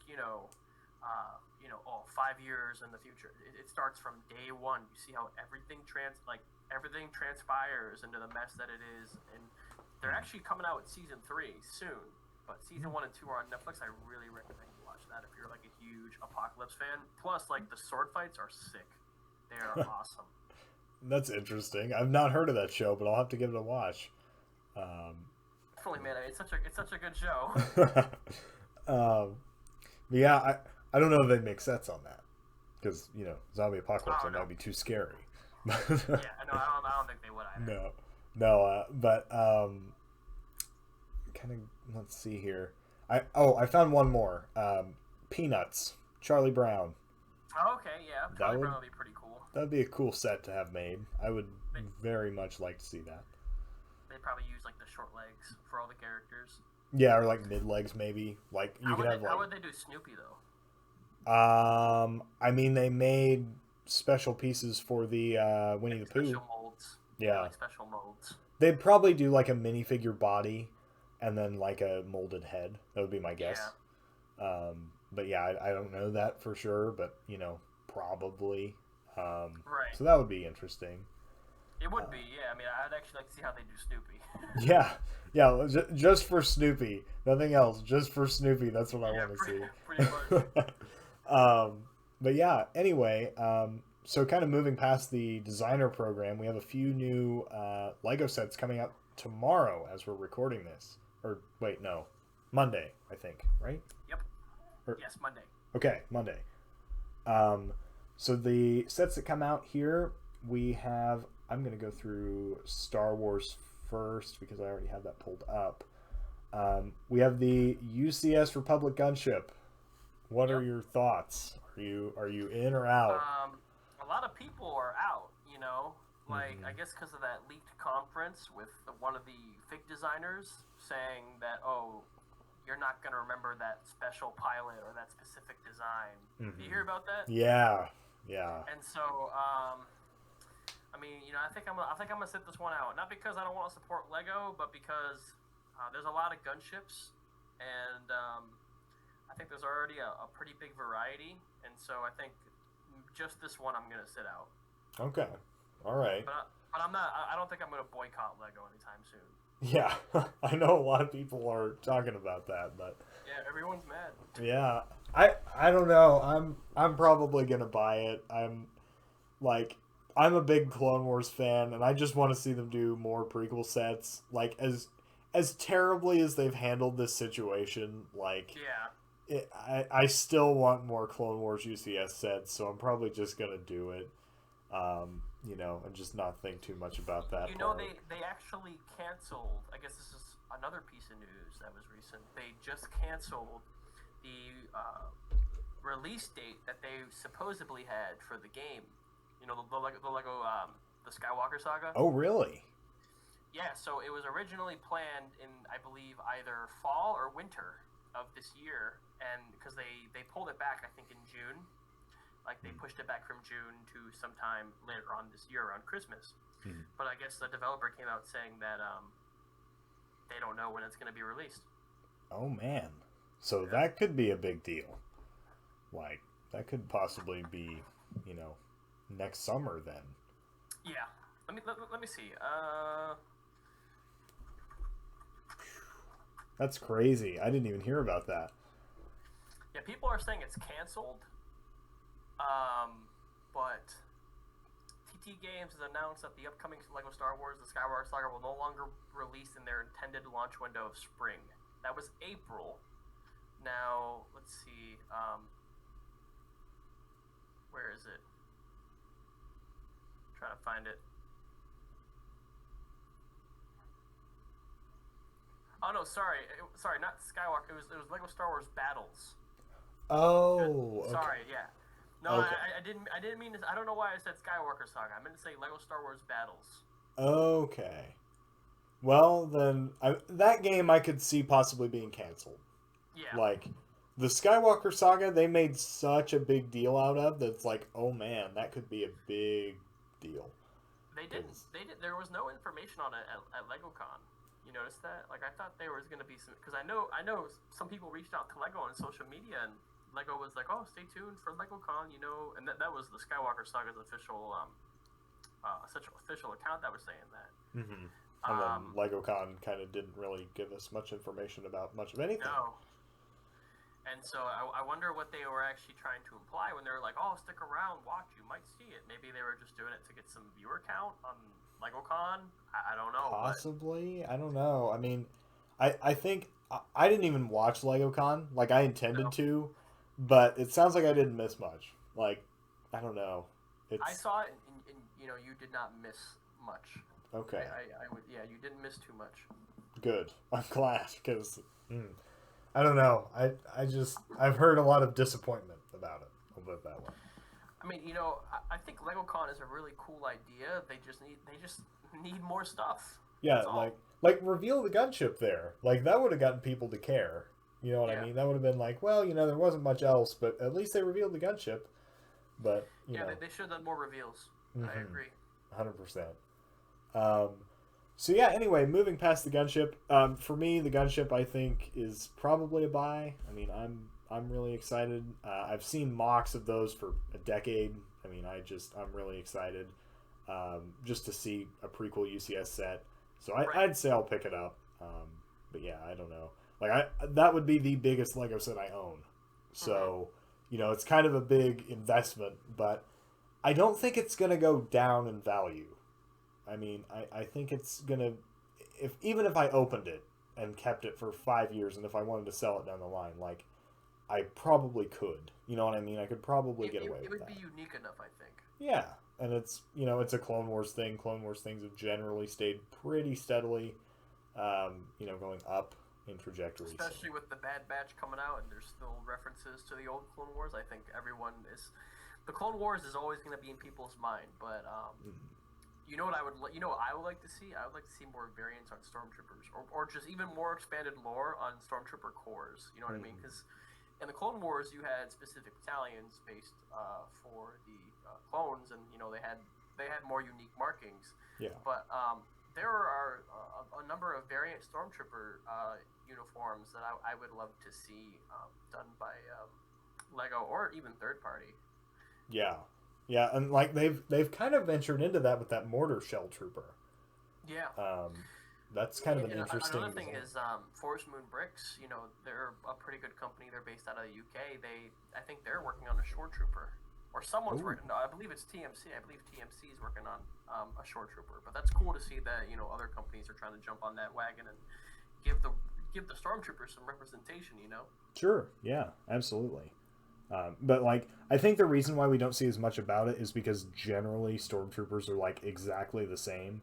There really weren't a ton of Yeah. markings, so Lego can't really do a whole lot with that. But I think other companies could probably get away with doing that. Like CAC could probably do something like that. Oh, for Um, sure. but yeah. I think that's like kind of like the only good thing I see out of a lot of the like the prequels. Like I actually really liked Rogue One. I Mm-hmm. didn't like anything else after Episode 6 besides Rogue One, Mm-hmm. but I liked how they showed the stormtroopers a little like I said, the shore troopers were cool. Yeah, and You know what I the mean? the pilot troopers like in the tanks were Yeah. cool as well. Uh, Or the what are the Death Troopers? I think they're called. oh yeah, Yeah, Death Troopers are cool as hell too. yeah, those are really cool. And there's another new trooper. I think it's the Dark Trooper or something in the Imperial Light Cruiser here. Yes. What's it called? It is called the Dark Trooper. Yeah. Yeah. It is a very unique figure, and I have not seen Mandalorian season 2 yet, so I really don't know much about these characters. Mm-hmm. But the light cruiser itself is kind of just. I wanted to like this so bad because it's a Clone Wars ship, and like they've just imperialized it, but like you could put some red on it and make it a Republic thing. I wanted to Right. like it so bad, but I just don't. I just don't. Not No. at $160. Um, I think for the price, I know it's supposed to be bigger than a lot of the other gunships. mhm. Um, but still, I mean, why would you need that? I mean, if you look at the gunship compared to all the other releases of gunships they had in the years, Mhm. I think the one they're releasing, it's just too big for me. Really? It's too scaled. Yeah, it's way too scaled. Hmm. Um, That's interesting. That's a take I haven't heard yet. yeah, Yeah, I don't know. But like this Imperial Light Cruiser though, like I just don't. I can't see this on my shelf. I can't. Not at the price tag. Like $160 I respect that. Yeah, it's a lot. Is a lot of money for, and especially since I'm probably gonna buy other sets from this wave. Mm-hmm. This is the first wave that I've been like genuinely excited for in a long time. You know, the light cruiser was one that like I saw the photos of like the actual vehicle, and I was like, oh man, they're gonna hit this out of the park, and it's gonna be great. But those cannons with the spring-loaded missiles on the front are too big, and the scale isn't right, and it's just not quite right for me, at least. So I just don't see myself picking it up. I'd say if I do, it'll be on clearance. Like, I don't know. Just not for me. The figures are great, though. And that Dark Trooper, like you were saying with all the unique Stormtroopers, like, it's a different thing that we haven't really seen much of before. And I like it a lot. But yeah. And that Bounty Hunter also is really cool. I kind of want that figure, but just because of the Bad Batch, though. I think a lot of people want more Bad Batch like oriented stuff. You know what I mean? There's like a lot of like custom companies are jumping on the Bad Batch scene. Absolutely, and I mean as they should, because I'd say it'll sell for sure. But speaking of the Bad Batch, we have the Bad Batch shuttle or attack shuttle, excuse me. Set number 75314. 969 pieces for $100, so basically right at 10 cents per piece. But I'm not gonna lie, I'm kind of underwhelmed. I don't love this set. I think a lot of people really, really like it. I just don't. I'm not a fan. I don't know what you think of it, but I guess I'm indifferent. I mean, I like the Bad Batch. I like the shuttle design. I think it's not a bad price. Mm-hmm. But I'm very indifferent on it, Yeah. Yeah. What minifigures? Which minifigures does it come with again? Let's see. We have Echo. Basically the 5 members. Is it all 5? Yes. And Omega? No Omega. No Omega. No Omega. Right. Just the Gonk droid. Well, I think that's not bad. I mean, that's a pretty. I think that's a pretty good price set for the pieces and for the minifigs. That's not bad. Yeah. Yeah, I don't hate the price. I just like, why did they throw in the bark speeder to the left? Like, why? My buddy asked me that same question about the bark speeder. Yeah, like, just why? I mean, just like polish off the shuttle a little bit more, or add another minifigure, or just do some, like, add Omega and maybe that bounty hunter to this set and take out the bark speeder, and I'm happy. You talking about Cad Bane or the girl? The girl, because like we've had Cad Bane before. That's true, yeah. So like I'm cool with not getting Cad Bane, but like, give us the new unique character, or give us Sid. That would be an interesting figure to get. That would be cool. Yeah, Sid. Like just do Sid, Omega, and the 5, and the Gonk droid, and I'm happy. I could see them doing a canteen, like maybe like a cantina type thing with like Sid's cantina. Ooh. And like have a couple of aliens and Omega. Maybe they're playing chess or that version of Star Wars chess. Yeah, you know what I mean? I would love to see that. Oh, I had not thought of that, and I really like that idea now. Like $30, $30 set, 4 minifigs, maybe just 3. That's not bad. No, like if even if it's 3 minifigs, like I'm not gonna complain. Like I'll be fine with that. But yeah, so the next set here is a very confusing one for me. What is this meditation chamber? Like, man, I'm not sure what that's supposed to be either. I'm a little confused. I'm on the same page you are. I'm a little confused. I don't really get the context behind it. Like it seems to me. So like, you remember the Vader's transformation set from like 3 or 4 years ago? It seems to me like they tried to take the same idea and make it into an adult collector's series set, because they put the little plaque on the front and like the base on the bottom. Yeah, you mean the black base? Yeah, and I mean, like, the price to part isn't terrible. It doesn't look like a $70 set to me though. Yeah, I agree with you. I don't think it's $70 either. Yeah, and like the figures are just okay. Like I like seeing an Admiral Piet figure, but like, you know, you need more figures in the $70 set. I think. I mean, I agree with you. I mean, I think it wouldn't be that bad if it did include some minifigs. yeah, just something unique. And I mean, I think it's the Vader with the arm printing. So like, at least they didn't cheap out and just do like a normal Vader, because I think people would have been understandably frustrated by that. Yeah, I get that, especially for a $70 set. Yeah, and I mean, the set just doesn't look that great to me. I don't know. It just looks very weird. I don't know. I don't see myself buying it. I don't know about you, but No, me neither. yeah. Then the next set here we have the Mandalorian Starfighter. This is probably my favorite of the wave. I love this set. I think it looks great. I don't know what you think, but I'm fine. I think it looks pretty good too. But I mean, if I had to pick out of everything we just talked about, I think with the Bad Batch, I'd probably go with just because it's the most recent thing that I've been like kind of binge watching. You know what I mean? Right. Uh-oh. Did I lose you? No, I'm here. Oh, okay. It cut out. Yeah. It cut out for a second, I think. Oh. But yeah. No, I'm a big fan of the Bad Batch show. Like, don't get me wrong. I just think, like, so I bought some of the, like, knockoff Bad Batch figures just to kind of see what they were like, because I got them for super cheap. Like, I think I paid $2 each for them. And that was before the Bad Batch shuttle came out. And looking at those figures compared to Lego's, like, own figures, I gotta say I like the fake ones better. The designs are just better. I don't know. Like, when do you think we're gonna get some type of Hauser? ooh, I don't know. I feel like he's gonna show back up at some point.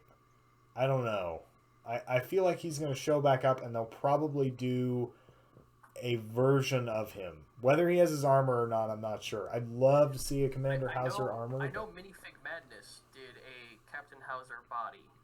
Ooh. And I think Clone Army Customs did a helmet. So I've seen people a lot on their story make Captain Hauser by combining the two. Let me see, because if Clone Army Customs has one, it might be a buy for me. I'm not sure how long ago. I'll look at that like later on and see what I can find. But yeah, for sure. But yeah, like that would be really cool. I'd love to see a Captain Hauser, and I honestly like. I'm probably going to just get some Bad Batch helmets from CAC, and then just kind of like put them on the fake bodies maybe, or do something like that. But like, yeah. I don't know. Like the ones I have, I'm gonna go ahead and grab them just so I can kind of compare them in my in my room here. But like, the Tech minifigure has an actual moving visor, which the Lego one does not. Mm-hmm. And the printing looks decent. I mean, it's not great, but it's honestly, in my opinion, probably better than Lego. Like I don't buy fake stuff very often. I've seen a lot of people with those Chinese figs for the Bad Batch. Yeah, and yeah. I don't know, like, so comparing them here. So Hunter looks pretty much the same as the fake one. Like, they look pretty similar. I'll give the edge to the Lego one, probably. I really think the Wrecker figure just looks kind of silly. I don't know. It doesn't work. Like, the big armor piece, I don't know. Like, maybe if I saw it in person, it would make me feel a little bit differently. But, like, the big armor piece just doesn't look right for me. I don't know. Right. But I think I'm going to give advantage to the fake one. I can't really compare Crosshair because it's a completely different version of that figure, so I'm not going to really compare those. And then Tech, I got to give the edge to the fake one as well, just because like the helmet has the moving visor and the prints look slightly better. I don't I'm know. hoping with time, Lego will do a better job with the Bad Batch minifigures. Yeah, I think that's in the realm of possibility here in a few years. Maybe they'll try it again, but Couple new sets, yeah, down the line. yeah, and then Echo, like the Echo figure looks pretty good. I'm not a super big fan of using the Phase 2 helmet for that one. I don't Uh huh. know. I think they could have molded a better helmet, but at the same time, like it probably would have driven up the price a little bit. So I don't know. But like I would have paid 110 if they would have gotten all the helmets right. You know what I mean? Like if they're in that set, I would have paid the extra $110, or I'll pay $100 if you take out that bark speeder and just make the helmets right, and I'm cool with that. Right. Um, Yeah, I still don't understand the point of the bark speeder either. yeah, like it's exactly the same as the one in the battle pack. Yeah. So I don't get it. I don't like it. Just has different stickers on it. That's pretty much it. So it confuses me a lot, and I don't know if I buy this set, it'll be on clearance somewhere probably. Sure. Um, I think a lot of people are a little weirded out by the bark speeder as well. yeah, yeah, 100%. I think it's kind of just there. I feel like they needed filler parts, and so they just threw in a bark speeder real quick. Um, but yeah, and then the last thing I wanted to say about the Mandalorian fighter is, holy crap, those figures are great. um, I'm a big fan of the Bo-Katan figure. I think that's a really nice fig, and I think the other two are fine. I mean, they're not like top level great or anything like that, but they're good. Like they're not bad. I've never watched The Mandalorian, but I do think the prints are pretty good for Yeah, what they are. You know what I mean? right. Well, this is from the Clone Wars. This is from season 7. Oh, the man. Okay, okay. Sorry. I misheard you. I Oh. thought you meant like from the show The Mandalorian. Oh, no. Yeah, no. The Clone Wars Mandalorian Starfighter. Okay. Yeah, I think the Bo-Katan figure there is good, and I think the other two are just like they're good, but they're nothing. They're nothing spectacular. She's in the Ahsoka show, isn't she? I don't know. I haven't seen that one yet. But I want to. I just haven't gotten around to it yet. And I know she's more. I know she becomes a very important character in the Star Wars universe. I just haven't. I'm not caught up. You know. Right, me either. Yeah, I'm just now watching. Like I finished season 1 of The Mandalorian. Have not watched season 2 yet. I'm kind of just stuck in limbo with that show, and You're gliding. yeah, I'm just watching the Bad Batch. I just got done watching the Bad Batch in like 2.5 days, which I don't Nice. I don't watch shows that fast, but like I was doing other stuff, and I like right before family got into town the other day, and then like whenever we went to sleep, everybody was asleep, and I was just watching Bad Batch. So it was interesting, but yeah, it was good though. Um, Yeah. and it's a good show, and I'm sure I'll watch episode 15 or whichever one is new. I'll watch that at some point. There's a lot. Yeah, there's a lot of them. And then we have the set that people have been making the most fun of since it was revealed, the Boba Fett's starship. Yeah. Um, Or they went from Slave One to Boba Fett Starship, but LucasArts film did come out and say that it is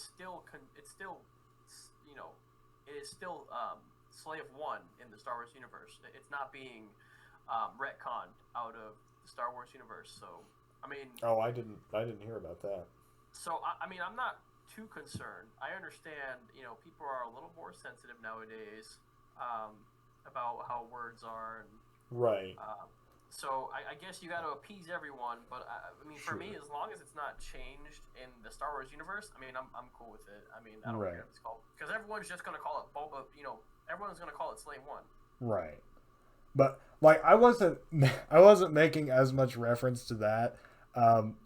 I guess it's just been like a conversation that I had with somebody, but we were talking, and if you look at the photo, like the bottom photo on the first slide, you'll Yeah. see how it can be carried on that little cart. Yeah. I think that is the most hilarious thing ever. Like it is just this tiny little The cart tiny carrying cart. this giant ship. Like I don't know. It just looks completely ridiculous to me.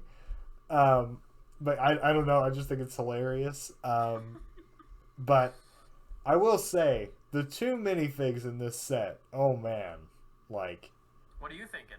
I like those. I don't think I have met anyone that doesn't like them. Everyone loves yeah. the figs on this set. Yeah. Like I haven't even seen the show, and I love these figures. I mean, they're kind of the only draw to this set for me.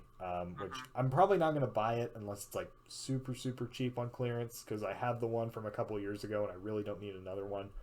But that Boba Fett figure is maybe the best Boba Fett we've ever gotten. Really? I mean, it's like the arm printing and everything. Like it's pretty good.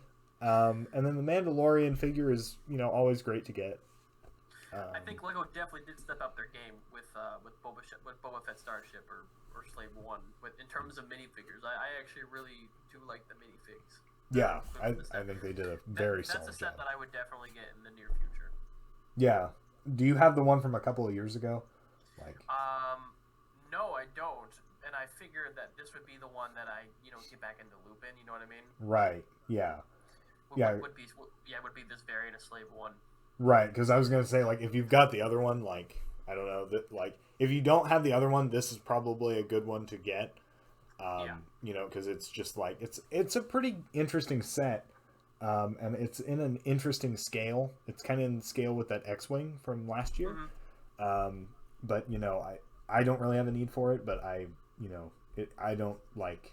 I wouldn't say it's bad. It just I really don't need one, so that's why I'm not as enthusiastic. I mean, the old slave one was retired. I used to have that when I was a kid. Oh, really? Yeah, but right when I started to grow up, I actually sold all my Legos because I thought that'd be the big boy thing to do. But now I really regret because I know like because it's a retired set now. I mean, it's worth a lot. Yeah. I mean, I know it was like 2,000 pieces, so it wasn't a small build. Right. Yeah. That's a pretty like valuable, like sought after one as well too. Absolutely, yeah. And I don't know, like I've been looking at retired sets lately, like just trying to find decent deals, and like I'll give you an example. I bought a Hailfire droid from 2008 for like $30 shipped. And that's a set I've wanted for years, and like it was pretty it was pretty reasonably priced on eBay, because usually they go for like 50, but this one didn't have like the spider droid or anything like that, and it was just I don't know, like it made me realize like, oh man, these sets that used to be like fairly easy to come by whenever I was getting into it, like are now starting to become a lot more expensive. So you kind of have to buy them used a lot of the time, which is fine for me. I don't really mind. I know on eBay there's probably a ton of retired sets you can probably find. I remember like a while ago I was looking up old Slave Ones, and I think like one was going for like $600. Yeah, it's pretty high now. Oh yeah, I mean it's definitely become more more of a treasure now that it's been retired. Absolutely, yeah. So the next set we have here is the Imperial Armored Marauder, and this has that Stormtrooper that has the unique like markings and whatnot. So maybe we'll see more of these in the future. Yeah, man. I mean, more variety in Stormtroopers, as long as it's canon, would be good. Yeah, and I mean even some like non-canon stuff, like as long as it looks good, I'm okay with it. You know what I mean? Like the blue one they did a few years ago was a little weird. In like the Yoda Chronicles sets, that one was kind of odd, but I don't know. Yeah, I mean, definitely, I definitely agree with you. I mean, I would try to keep it as canon as possible, but I mean, if the fans would want something that isn't as canon, I mean, maybe if they, I'm not saying go that far, but if people want to even look at the Legends, like Star Wars Legends, they could look in there as well. That would be interesting, because not a whole lot of Legends stuff is done anymore on like products. I don't think any. At this point, yeah, it's pretty limited. Like the last thing I can think of that was Legends was like the Sand Speeder in like 2018 or something like that. It was a bit ago, a couple years ago. Yeah, it's been like it's definitely retired by now. So yeah, that's an interesting set as well. But as for the set itself for the Marauder, I think this might be my least favorite Star Wars set since that like ATST that had no head. You mean the what's it called? The prequel or the sequel one? Yes. Yeah. This, like... Yeah, what was that? What was that? It was an idea that somebody had in the office as a joke, and then it just kind of got through production stage. It's a shame. I don't know. I don't know what that was, to be quite honest with you. But yeah, I don't know. It was weird. But yeah, this is definitely like down there with that one for me. Yeah. I don't know. No, I can see that. I agree with you. Yeah, it's a square with an angle on the front of it. Too blocky. Yeah, too blocky for me. That's why I like a lot of like Lego Star. Like they actually do good. Like some of their sets have awesome dimensions. Mm-hmm. You know, but when something is too blocky, I'm just taken out of it. Yeah, I would agree there. And then the next set we have, I should probably go. Do we want to talk about the Advent calendar? I mean, I'm down. Yeah. Okay, let's talk about the Advent calendar. So, give me just a second here while it loads up for me. All right. So we have a few builds here that are rather interesting. I mean, what are some of the ones that you particularly like in here? You know, I honestly can't say. Just like nothing really stands out? Or... No, I mean, and that's the thing. I don't think anything stands out for me. Okay. And I'm usually pretty easy to please when it comes to sets, but I'm not sure. Right. This one, I'm just not sure. Yeah. Yeah, I don't know. Like, I guess Moff Gideon's cruiser is kind of cool. I don't know. Like, they have too many weapon racks and weird things that I don't really care about. I know they did like a Mandalorian one. Mm-hmm. But no, I mean, I'm not really convinced. Yeah. But the figures are decent. I mean, we have a Stormtrooper, a Tusken Raider, IG-88, Baby Yoda. Yeah. So, is that like is that gunship included, right? Which one? For the it's a $40 set. Do you know what I'm talking about? Like the Advent calendar? Yeah. Yeah. Okay. Like the wait. Where's the gunship at? See, and this thing, like, it's on the box art. So I was confused whether or not it was included or not. I'm looking. But I don't think it is. On the back? Or on the front? I think it's on the front. Let me see. I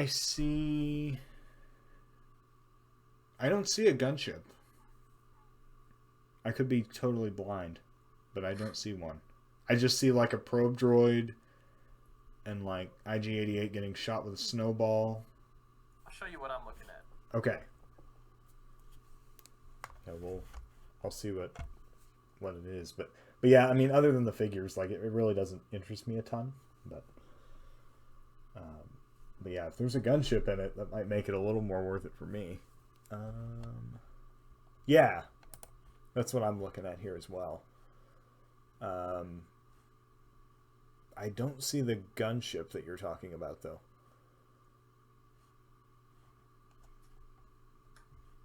What's that? Because I'm not very familiar with like the Mandalorian. Mm-hmm. Here, I'll circle it. Okay.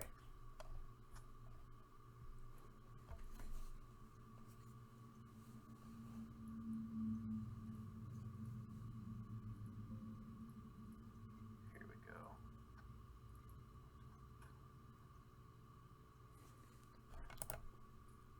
Oh. So that's just like a thing in the background, I think. Yeah, and that's what I'm saying. Because when I first saw the box art of it, like I thought that would be included. I don't think so. Is that a gunship? No, it's the Mandalorian, like the Razor Crest. Oh, okay, the Razor Crest. Yeah. Yeah, see, I've never watched the Mandalorian. Man, I gotta catch up. You know. It's worth a watch, I would say. I gotta catch up. Yeah, I'd say it's definitely worth watching at least like the first couple episodes to see if you like it. But yeah, just like I'll probably it's like the Star Wars, but man, like I'm so out of the loop when it comes to the Mandalorian. But yeah, when I saw this, I was like, does it come with that gunship? And then when I was looking at some of the photos, I wasn't really sure if it came with that or if it was part of the calendar thing. So right. Yeah, yeah. It's weird. Like they do a lot of weird box art with the advent yeah, calendars, especially. So I think the figs are nice though.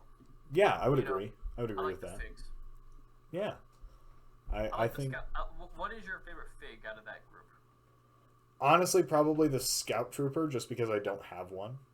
Yeah, Um, I was gonna say the stormtrooper. like the problem, like I have the Stormtrooper figs. Like I got a few of those drop ships, and then Mm-hmm. I also somebody on Instagram named Brick Picture Productions did a bunch of them. He took a bunch of Rebels ones, did Mm-hmm. some slight modifications to them, and they look really great.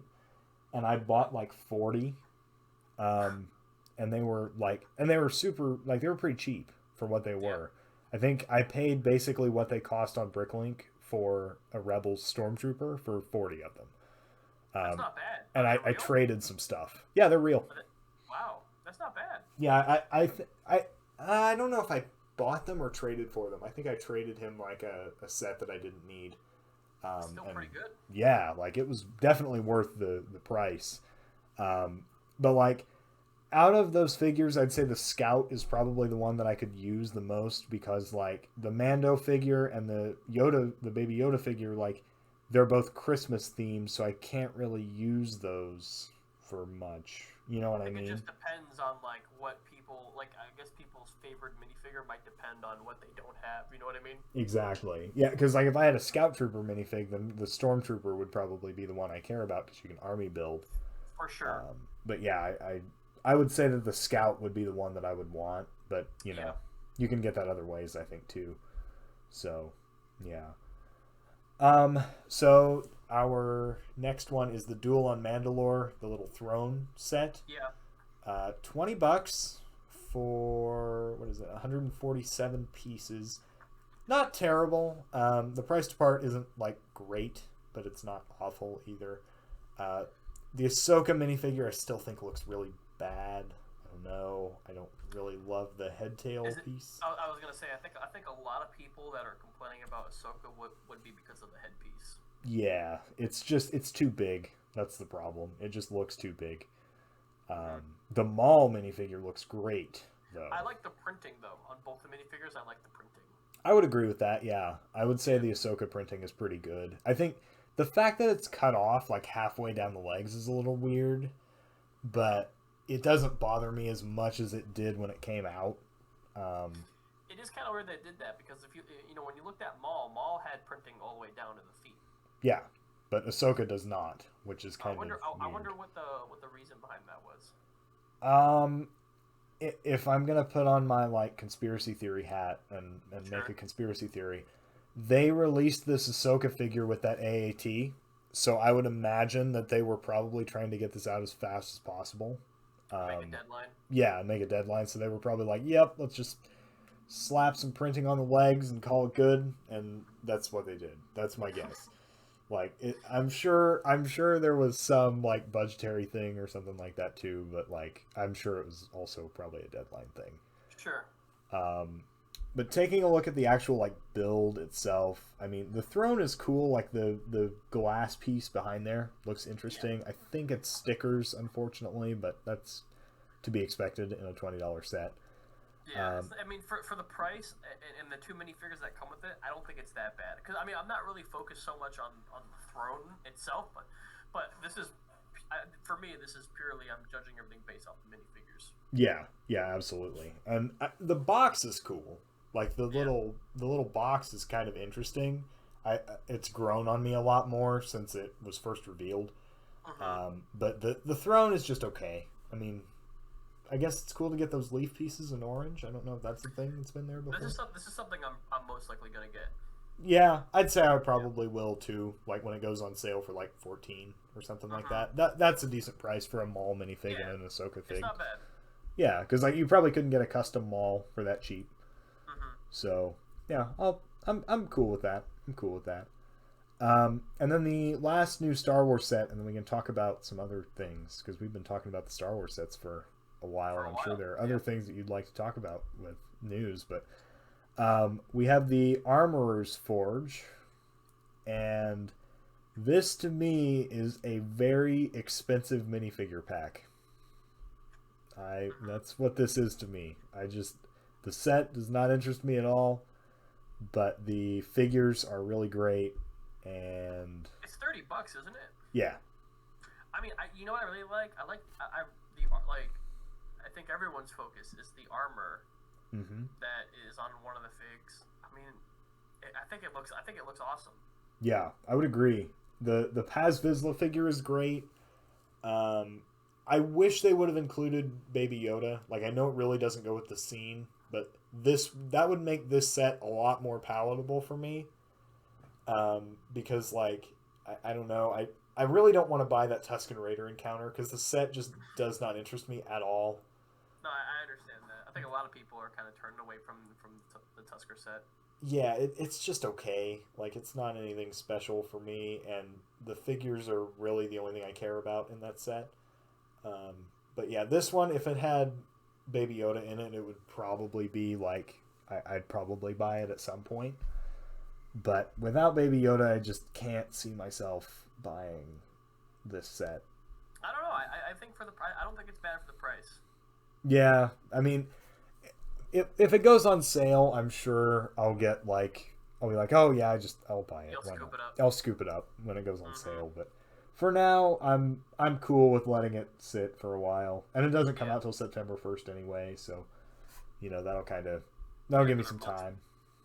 But but yeah, Might grow on you. Who knows, man? maybe. I mean, hey, the Ahsoka set did, Yeah. I mean, that. this might get you. Yeah, and the what's the other one that grew up? The oh crap, where is it? The where did it go? I can't find the page that has the name on it. The Imperial Light Cruiser. Like, I mean, as disappointing as it is, like I still like it, but I don't know. Like my excitement has gone down for that one, so maybe it'll go up for this one. I don't know, I think but you know what, man. For the price, I don't. It's not worth it. The $160. I mean, the figs are okay. I yeah, think it has a lot of figs. I don't know six though. of them. Yeah, I just don't like 106 or $160 for the Imperial Light Cruiser. Yeah, I'll wait till clearance on that one The if I the buy it at all. scaling is weird. What I don't like actually is how like it launches like mini scale. You know, I'm talking about like mini scale little Hmm. like little Tie Fighters or whatever. Yeah, I mean, I don't know. That just kind of yeah, because you have the figs that are full scaled in the interior, and then you have these these big guys being like these small um like Tie Fighter mini things. yeah, like just being launched out. It Yeah, just it's rubbed me the wrong weird. way. Yeah, it. None of the scale adds up, and then those giant cannons on top of this ship, like Yeah, that it's doesn't look ugly. right to me either. I don't know. It's the proportions are all wrong, and it would require modifications too, which means I'd have to put my own parts in it, which is even more money, and it's just like it seems like a money pit set to me. So Yeah, even though you spend the $160, you're gonna have to go on Bricklink to fix some yeah, things. you'll have to go to Bricklink and buy like $10 worth of parts to make it Hmm. look right. So I don't know, but like at least it's not the Tusken Raider set that is just literally a glorified minifigure pack. Like Yeah. I don't know, like that little Tusken Raider house thing and the like slingshot like torpedo thing. I don't know. It's just okay for me. But anyway, so I think I'm gonna go down through the news and just see if there's any other interesting stories, and if there's any news that you can think of that like you want to talk about, like feel Hmm. free. Um, let's see. We have those Adidas shoes. Those are a thing. Yeah. The Lego ones. Yes, I would get them. they're cool. I mean, they're interesting. I don't know that I'll buy them, but they're interesting. How much were they? $90. Something like that. Yeah. Yeah, that's not bad. No. Um, They have the Lego Ideas Sailboat Adventure. VIPs can get it for free with purchases of $200 or more. Interesting. So maybe I should wait to get the gunship until that's out. I don't know. That's not bad. No, not at all. August 1st. Oh man, bunch of August promotions. That's kind of cool. Taking a look at some older posts on here. Oh, here's a kind of big story from this week. And if you're running out of time, like we can speed it up. Like I don't want to. Okay. Have you seen the Marvel series? I'm familiar with it, but I don't follow. Yes, but like, have you seen the Marvel minifigure series, like the CMF? Like the Lego sets they're releasing? Well, the sets and the CMF series. I've seen them. What do you think? I mean, I think it's cool. You know, they're trying to, I guess expand, the Lego fan base. Mm-hmm. I know, like way back when they, like, I think in 2013 they did what's it called? The Lego Marvel Superheroes game. Oh yeah. Yeah. Yeah. So I mean, I think it's cool that they're going back to Marvel. Yeah. And revisiting it, because I bet you there's a lot of fans that are into superheroes, and or into those characters that just want to see them in Lego again, updated. Right. Yeah. I mean, like they've kind of done like Infinity War stuff and that kind of thing too, but they're kind of getting back to some like I don't know if this is in that new What If show. Like, I really don't follow Marvel super closely, so I really don't know what a lot of these characters are. But there is one figure in particular that stands out to me, and that is the Captain UK figure. I don't know what the name is, but, like, basically just the Captain America shield, but with a British Union Jack in the middle of it. Yeah. That's definitely something I want to find and buy, because that's a cool set, or a cool figure. And I feel like that piece would be super useful. Maybe a World War II like figure with a Captain America shield. Like, that'd be interesting. Just do a World War II Captain England instead. I'm just brainstorming here. What do you think about the Spider-Man one? Let me look at it. I mean, so here's my problem. Like, I don't know enough about the different versions that it just kind of looks like Spider-Man with a cape to me. Sure. I don't know. Like, that web piece is kind of good. I don't have a ton of those in my collection, so those are kind of handy. I can always use capes and stuff. Like, it would probably be a part-out minifigure for me. But, I mean, it's interesting. I just don't really know. I don't know enough about it to make a good judgment, if that makes sense. I'm kind of in the same boat as you, but I like it. I actually really like the print and the cape. Yeah, the prints are good. I just don't know like what specific movie it corresponds to or what specific thing. Yeah. So I don't have as much of a connection to it. But yeah, I mean it does have some interesting looking printing. The like Captain America with like the wings, that's kind of a cool figure. That looks really good. Vision in white. I don't know like what that's from, but the arm printing is kind of cool. I was gonna say I really like that Lego starting to focus more on arm printing. Yes, and side leg printing too. Yes. Mm-hmm. That's very nice. That's big. Yeah, and I think eventually like most figures are gonna have that. Mm-hmm. I would say within the next few years, most figures will have something. And then they've got a new Captain America shield piece, which is updated from the old one. Yeah, just lots of cool stuff. Let's see. What other news do we have to talk about here? Oop, maybe I can actually click buttons. Got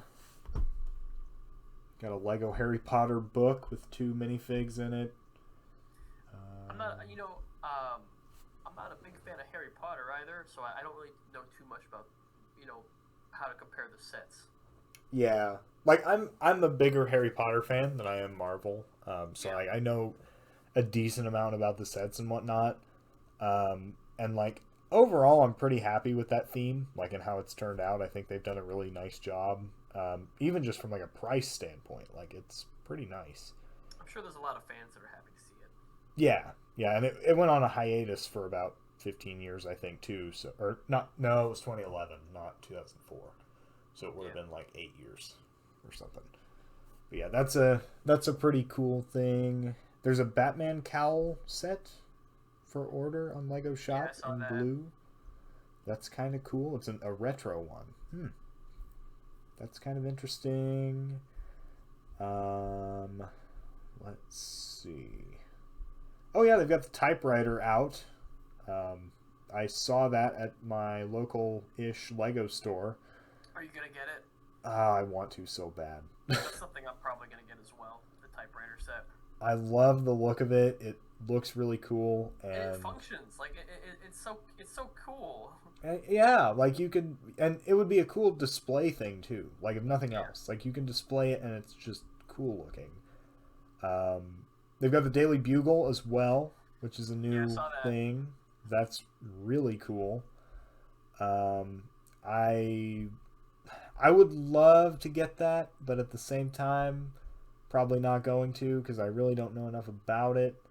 If I had to pick, I'd definitely pick the typewriter. Yeah, I'd say I probably would as well. Mm-hmm. The Lego Creator London bus on sale for oh wait, no, that's not. I was gonna say I thought I'd seen that before. And then, oh wait, earlier there were reports that the new Lego video theme was potentially being canceled, and apparently not. So, I guess it's not canceled. That's what I thought I read, but I guess not. Oh no way. Okay, we have a really good Lego ideas set. We were talking about movies and TV shows that needed a set. How about Home Alone? Oh, that's cool. Oh man, that's great. Oh, that's gonna be so good. That is gonna be so good. Let's see. So new rumor about it's supposed to be Kevin McAllister's house, right? Yeah. Yep. Yeah. I completely forgot this was happening. New release. It will have a $100 price point. So it will it may just end up being a facade of the house with the back open to show the details inside, similar to Sesame Street. How many pieces? I assume it's going to be quite a bit of pieces. Well, with $100 price point, it'll probably be like 12 or 1300 is my guess. I think so. Probably somewhere in there, because ideas they generally are a little bit better on price to part. So I would imagine somewhere in the 1200 piece range, which isn't terrible. I was kind of hoping it'd be big, and they go all out with the rooms and stuff. I was hoping like 2,500 pieces. Yeah, well, the maximum that they said on like the ideas submission was 3,000. Yeah. But I don't think at $100 you're going to get 3,000 pieces. I mean, if they do, not. That's a day one buy for me. That's huge. Yeah, that would be a great set. Let's see. Seinfeld, that already happened. We kind of talked about that a little bit. Friends, yeah. I mean, the Seinfeld set, it's cool.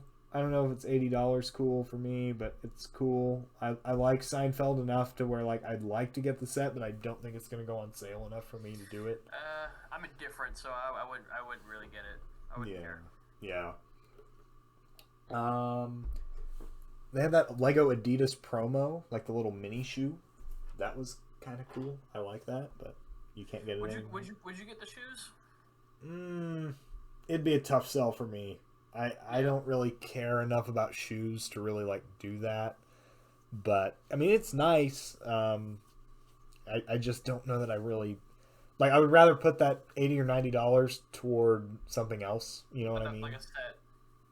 What's that? Like a set, you mean? Yeah, like I'd rather put that $80 or $90 toward like buying the gunship or like buying a few 501st battle packs or something. Sense, yeah. So that like makes sense. Yeah. Let's see.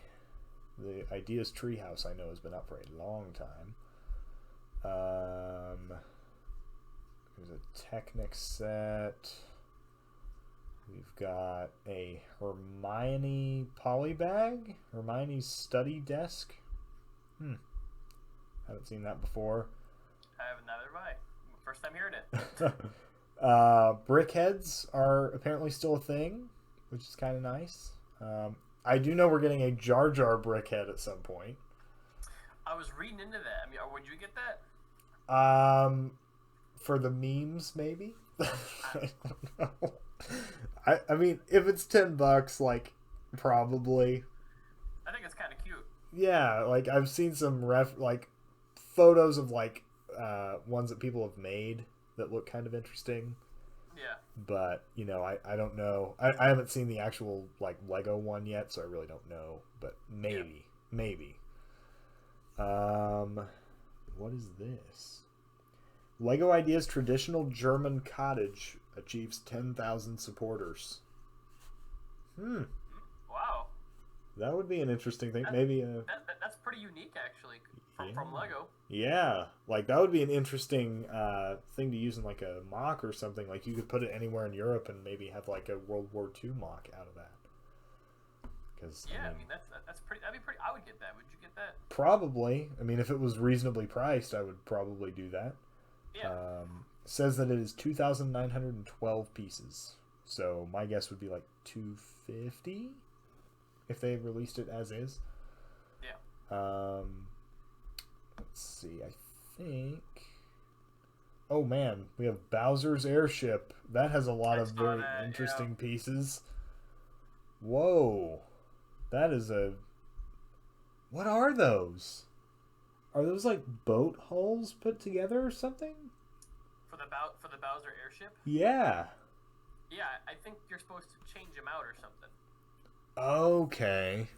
Yeah, because if you look on the top of the hole, on the center of the ship, you can see there's kind of a hole. I think that's where you're supposed to put everything together. Okay. Or you can it's interchangeable, I guess. Okay, I see what you're saying. Yeah. Okay. And they've got, so it's $99 for 1,150 pieces. I was gonna say I don't think that's bad. No, not at all. The price to parts pretty good, actually. Yeah, I don't think that's that bad at all. Which is surprising for Lego Mario, to be honest. I figured that would be super expensive. Maybe they don't see a lot of popularity within this one. I don't know. But maybe. I don't think it's bad at all. Yeah, I mean, it doesn't come with Mario. You have to buy that separately, but. And I think that's why it's not so expensive. Yeah, probably. You don't see any significant minifigures with this. Yeah, they just have a Goomba and the wizard guy. Yep. I don't know what he's called, but. Oh man, we have a VW camper van. I saw that. That looks nice. Man, I used to know all the news. Now I'm oh man, look at this. It's a set that I've never seen before. I used to know all this stuff, but I do not. What do you think about the color of the VW camper? I'd say that's probably the color I would have chosen for a van, a VW van. It gives me a 60s vibes. I don't know why.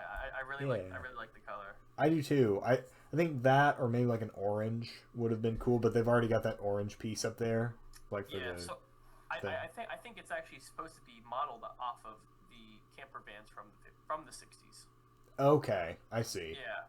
Yeah. Yeah, it's cool looking. I mean, it looks really nice. I'm trying to find a price for it. I think it's. Let's see, so it has 2,200 pieces for $180.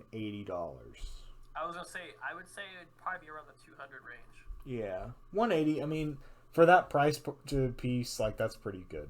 That's moderate. Yeah. I'm okay with that. Yeah, it's not bad at all. And it has that cloth piece in it as well. Yep. So that's not bad at all. One of the main questions. Oh wait, Skywalker Saga. We were just talking about that. Yep. One of the main questions. So this is from Alan Tran from the Brick Fan. One of the main questions I've been getting recently is what is going on with TT Games and the LEGO Star Wars Skywalker Saga and if it will ever be released. Honestly, I have no idea what is happening with the company. The game has been delayed a few times now due to COVID, with no major updates about the game even during E3 last month, which was very surprising. Last week, there was an Xbox 2 podcast that suggested that Warner Bros. Was looking to sell NetherRealm Studios and TT Games, according to some documents seen by Windows Central's Jez Corden. However, that was all disputed, as the Gamer got a response from Remy Sklar of Warner Bros. Saying that NetherRealm and TT Games will remain a part of Warner Brothers and are included in the Warner Media Discovery merger. So, did you see from you know Jack Chapman? He worked on the Lego Star Wars games. I don't. And so on Twitter, Jack Chapman or Ryan Roger, who also worked on the Star Wars games, was saying that working on the Episode 9 content was like the most miserable, the most miserable yet the most fun he had in the game. So I wonder if it's all being delayed because of how bad the sequels were. I mean, it wouldn't surprise me. I wonder if they're trying to change anything in terms of the story to actually make it, because I mean, the story had a lot of faults. The movie and the theater. Absolutely. I wonder if they're going to try to change that up a bit so it's actually a little more fun of a story to follow in the Lego universe. You know what I mean? Possibly. I mean, that's entirely possible. I'm sure they'll have to keep it within some scope of like normalcy. But it wouldn't surprise me if they started to write it out entirely. Yeah, that could be. Yeah. Possibly. I'm not sure. But yeah, that could be a problem. I'm not sure. Okay, I'm just looking now. We have some Hallmark Lego ornaments in July. Because sure, we need Christmas ornaments in July. Not bad. Not bad. What's that? It's Christmas in July, man. Exactly. We have a GameStop Classic Shop achieves 10,000 supporters. I don't see that really getting anywhere with Lego Ideas, but maybe. No. It's good to see it on there, though. Yeah. Oh, here we go. Okay, so we have a list of all the Lego Ideas projects that have made it through this review stage. Imperial Island Fort, movie set, lifeguard shack, A-frame cabin, which I remember, I think I talked about that in the last episode of the show, so that's been a while. Spaceballs, that's interesting. I didn't know that was a thing. The costume store, Boston Dynamics spot, 1/4 scale motorized model. Oh, that's the robotic dog spot. Okay. Yeah. Let's see. Medieval Tavern, Tavern Under the Snow, Women of Computing, Working Mini Golf Course. Okay, wow. I'm down. I would actually, like, in terms of, I would happily welcome more medieval stuff. Yeah, that would be medieval cool. Sets. That would be really cool. Remember the Lego dwarf sets that you used to get? I used to love getting those when I was a kid. Yeah, I remember those vaguely. I wasn't quite old enough, I don't think, but I think that I remember like reading about them in books. Okay. And speaking of Medieval Harbor is another set that could be coming out. That would be an interesting one. They don't do harbors much. Anything medieval I would be happy welcome for. Yeah, and I think that would look cool. Floating Island using tensegrity, which I know that was a big thing a while ago. I don't know how popular that still is. Yeah. Scooby-Doo Mystery Machine, Aircraft Engine Workshop, and Airport Fire Truck. I actually was looking at the Airport Fire Truck. I like it. What about you? What do you think? Let me look at it here. Ooh. Ah, that is cool. Yeah. And it's got like all the like detailed stuff, like the prints or stickers or whatever they are. So that's kind of cool. But let me see here. Oh, and it even comes apart too. That's really cool. I like it. I like that a lot. But yeah, so let me just see what other things we have here.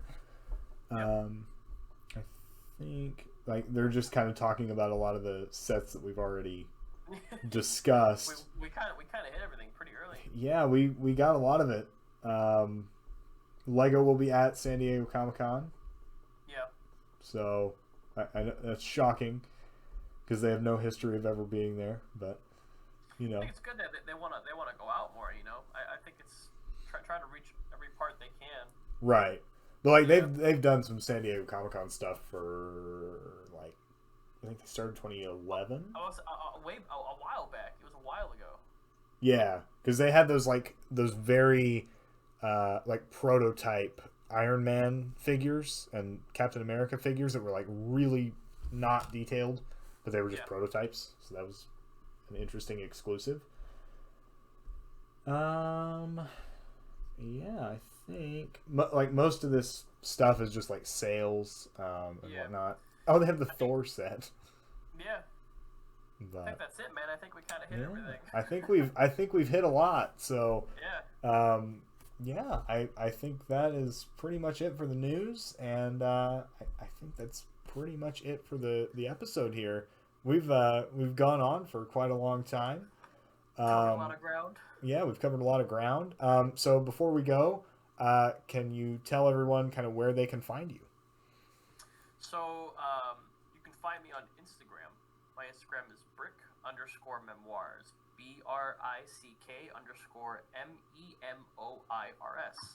On Discord, if you want to reach me on Discord with any questions, it's Biggie Cheese, capital BIGGY space capital CHEESE, hashtag 1581.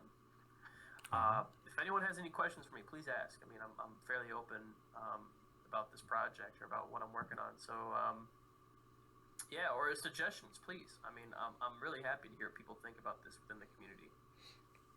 Awesome. That's really cool. And I'm really glad that you've come on to talk about it and kind of share it with everyone.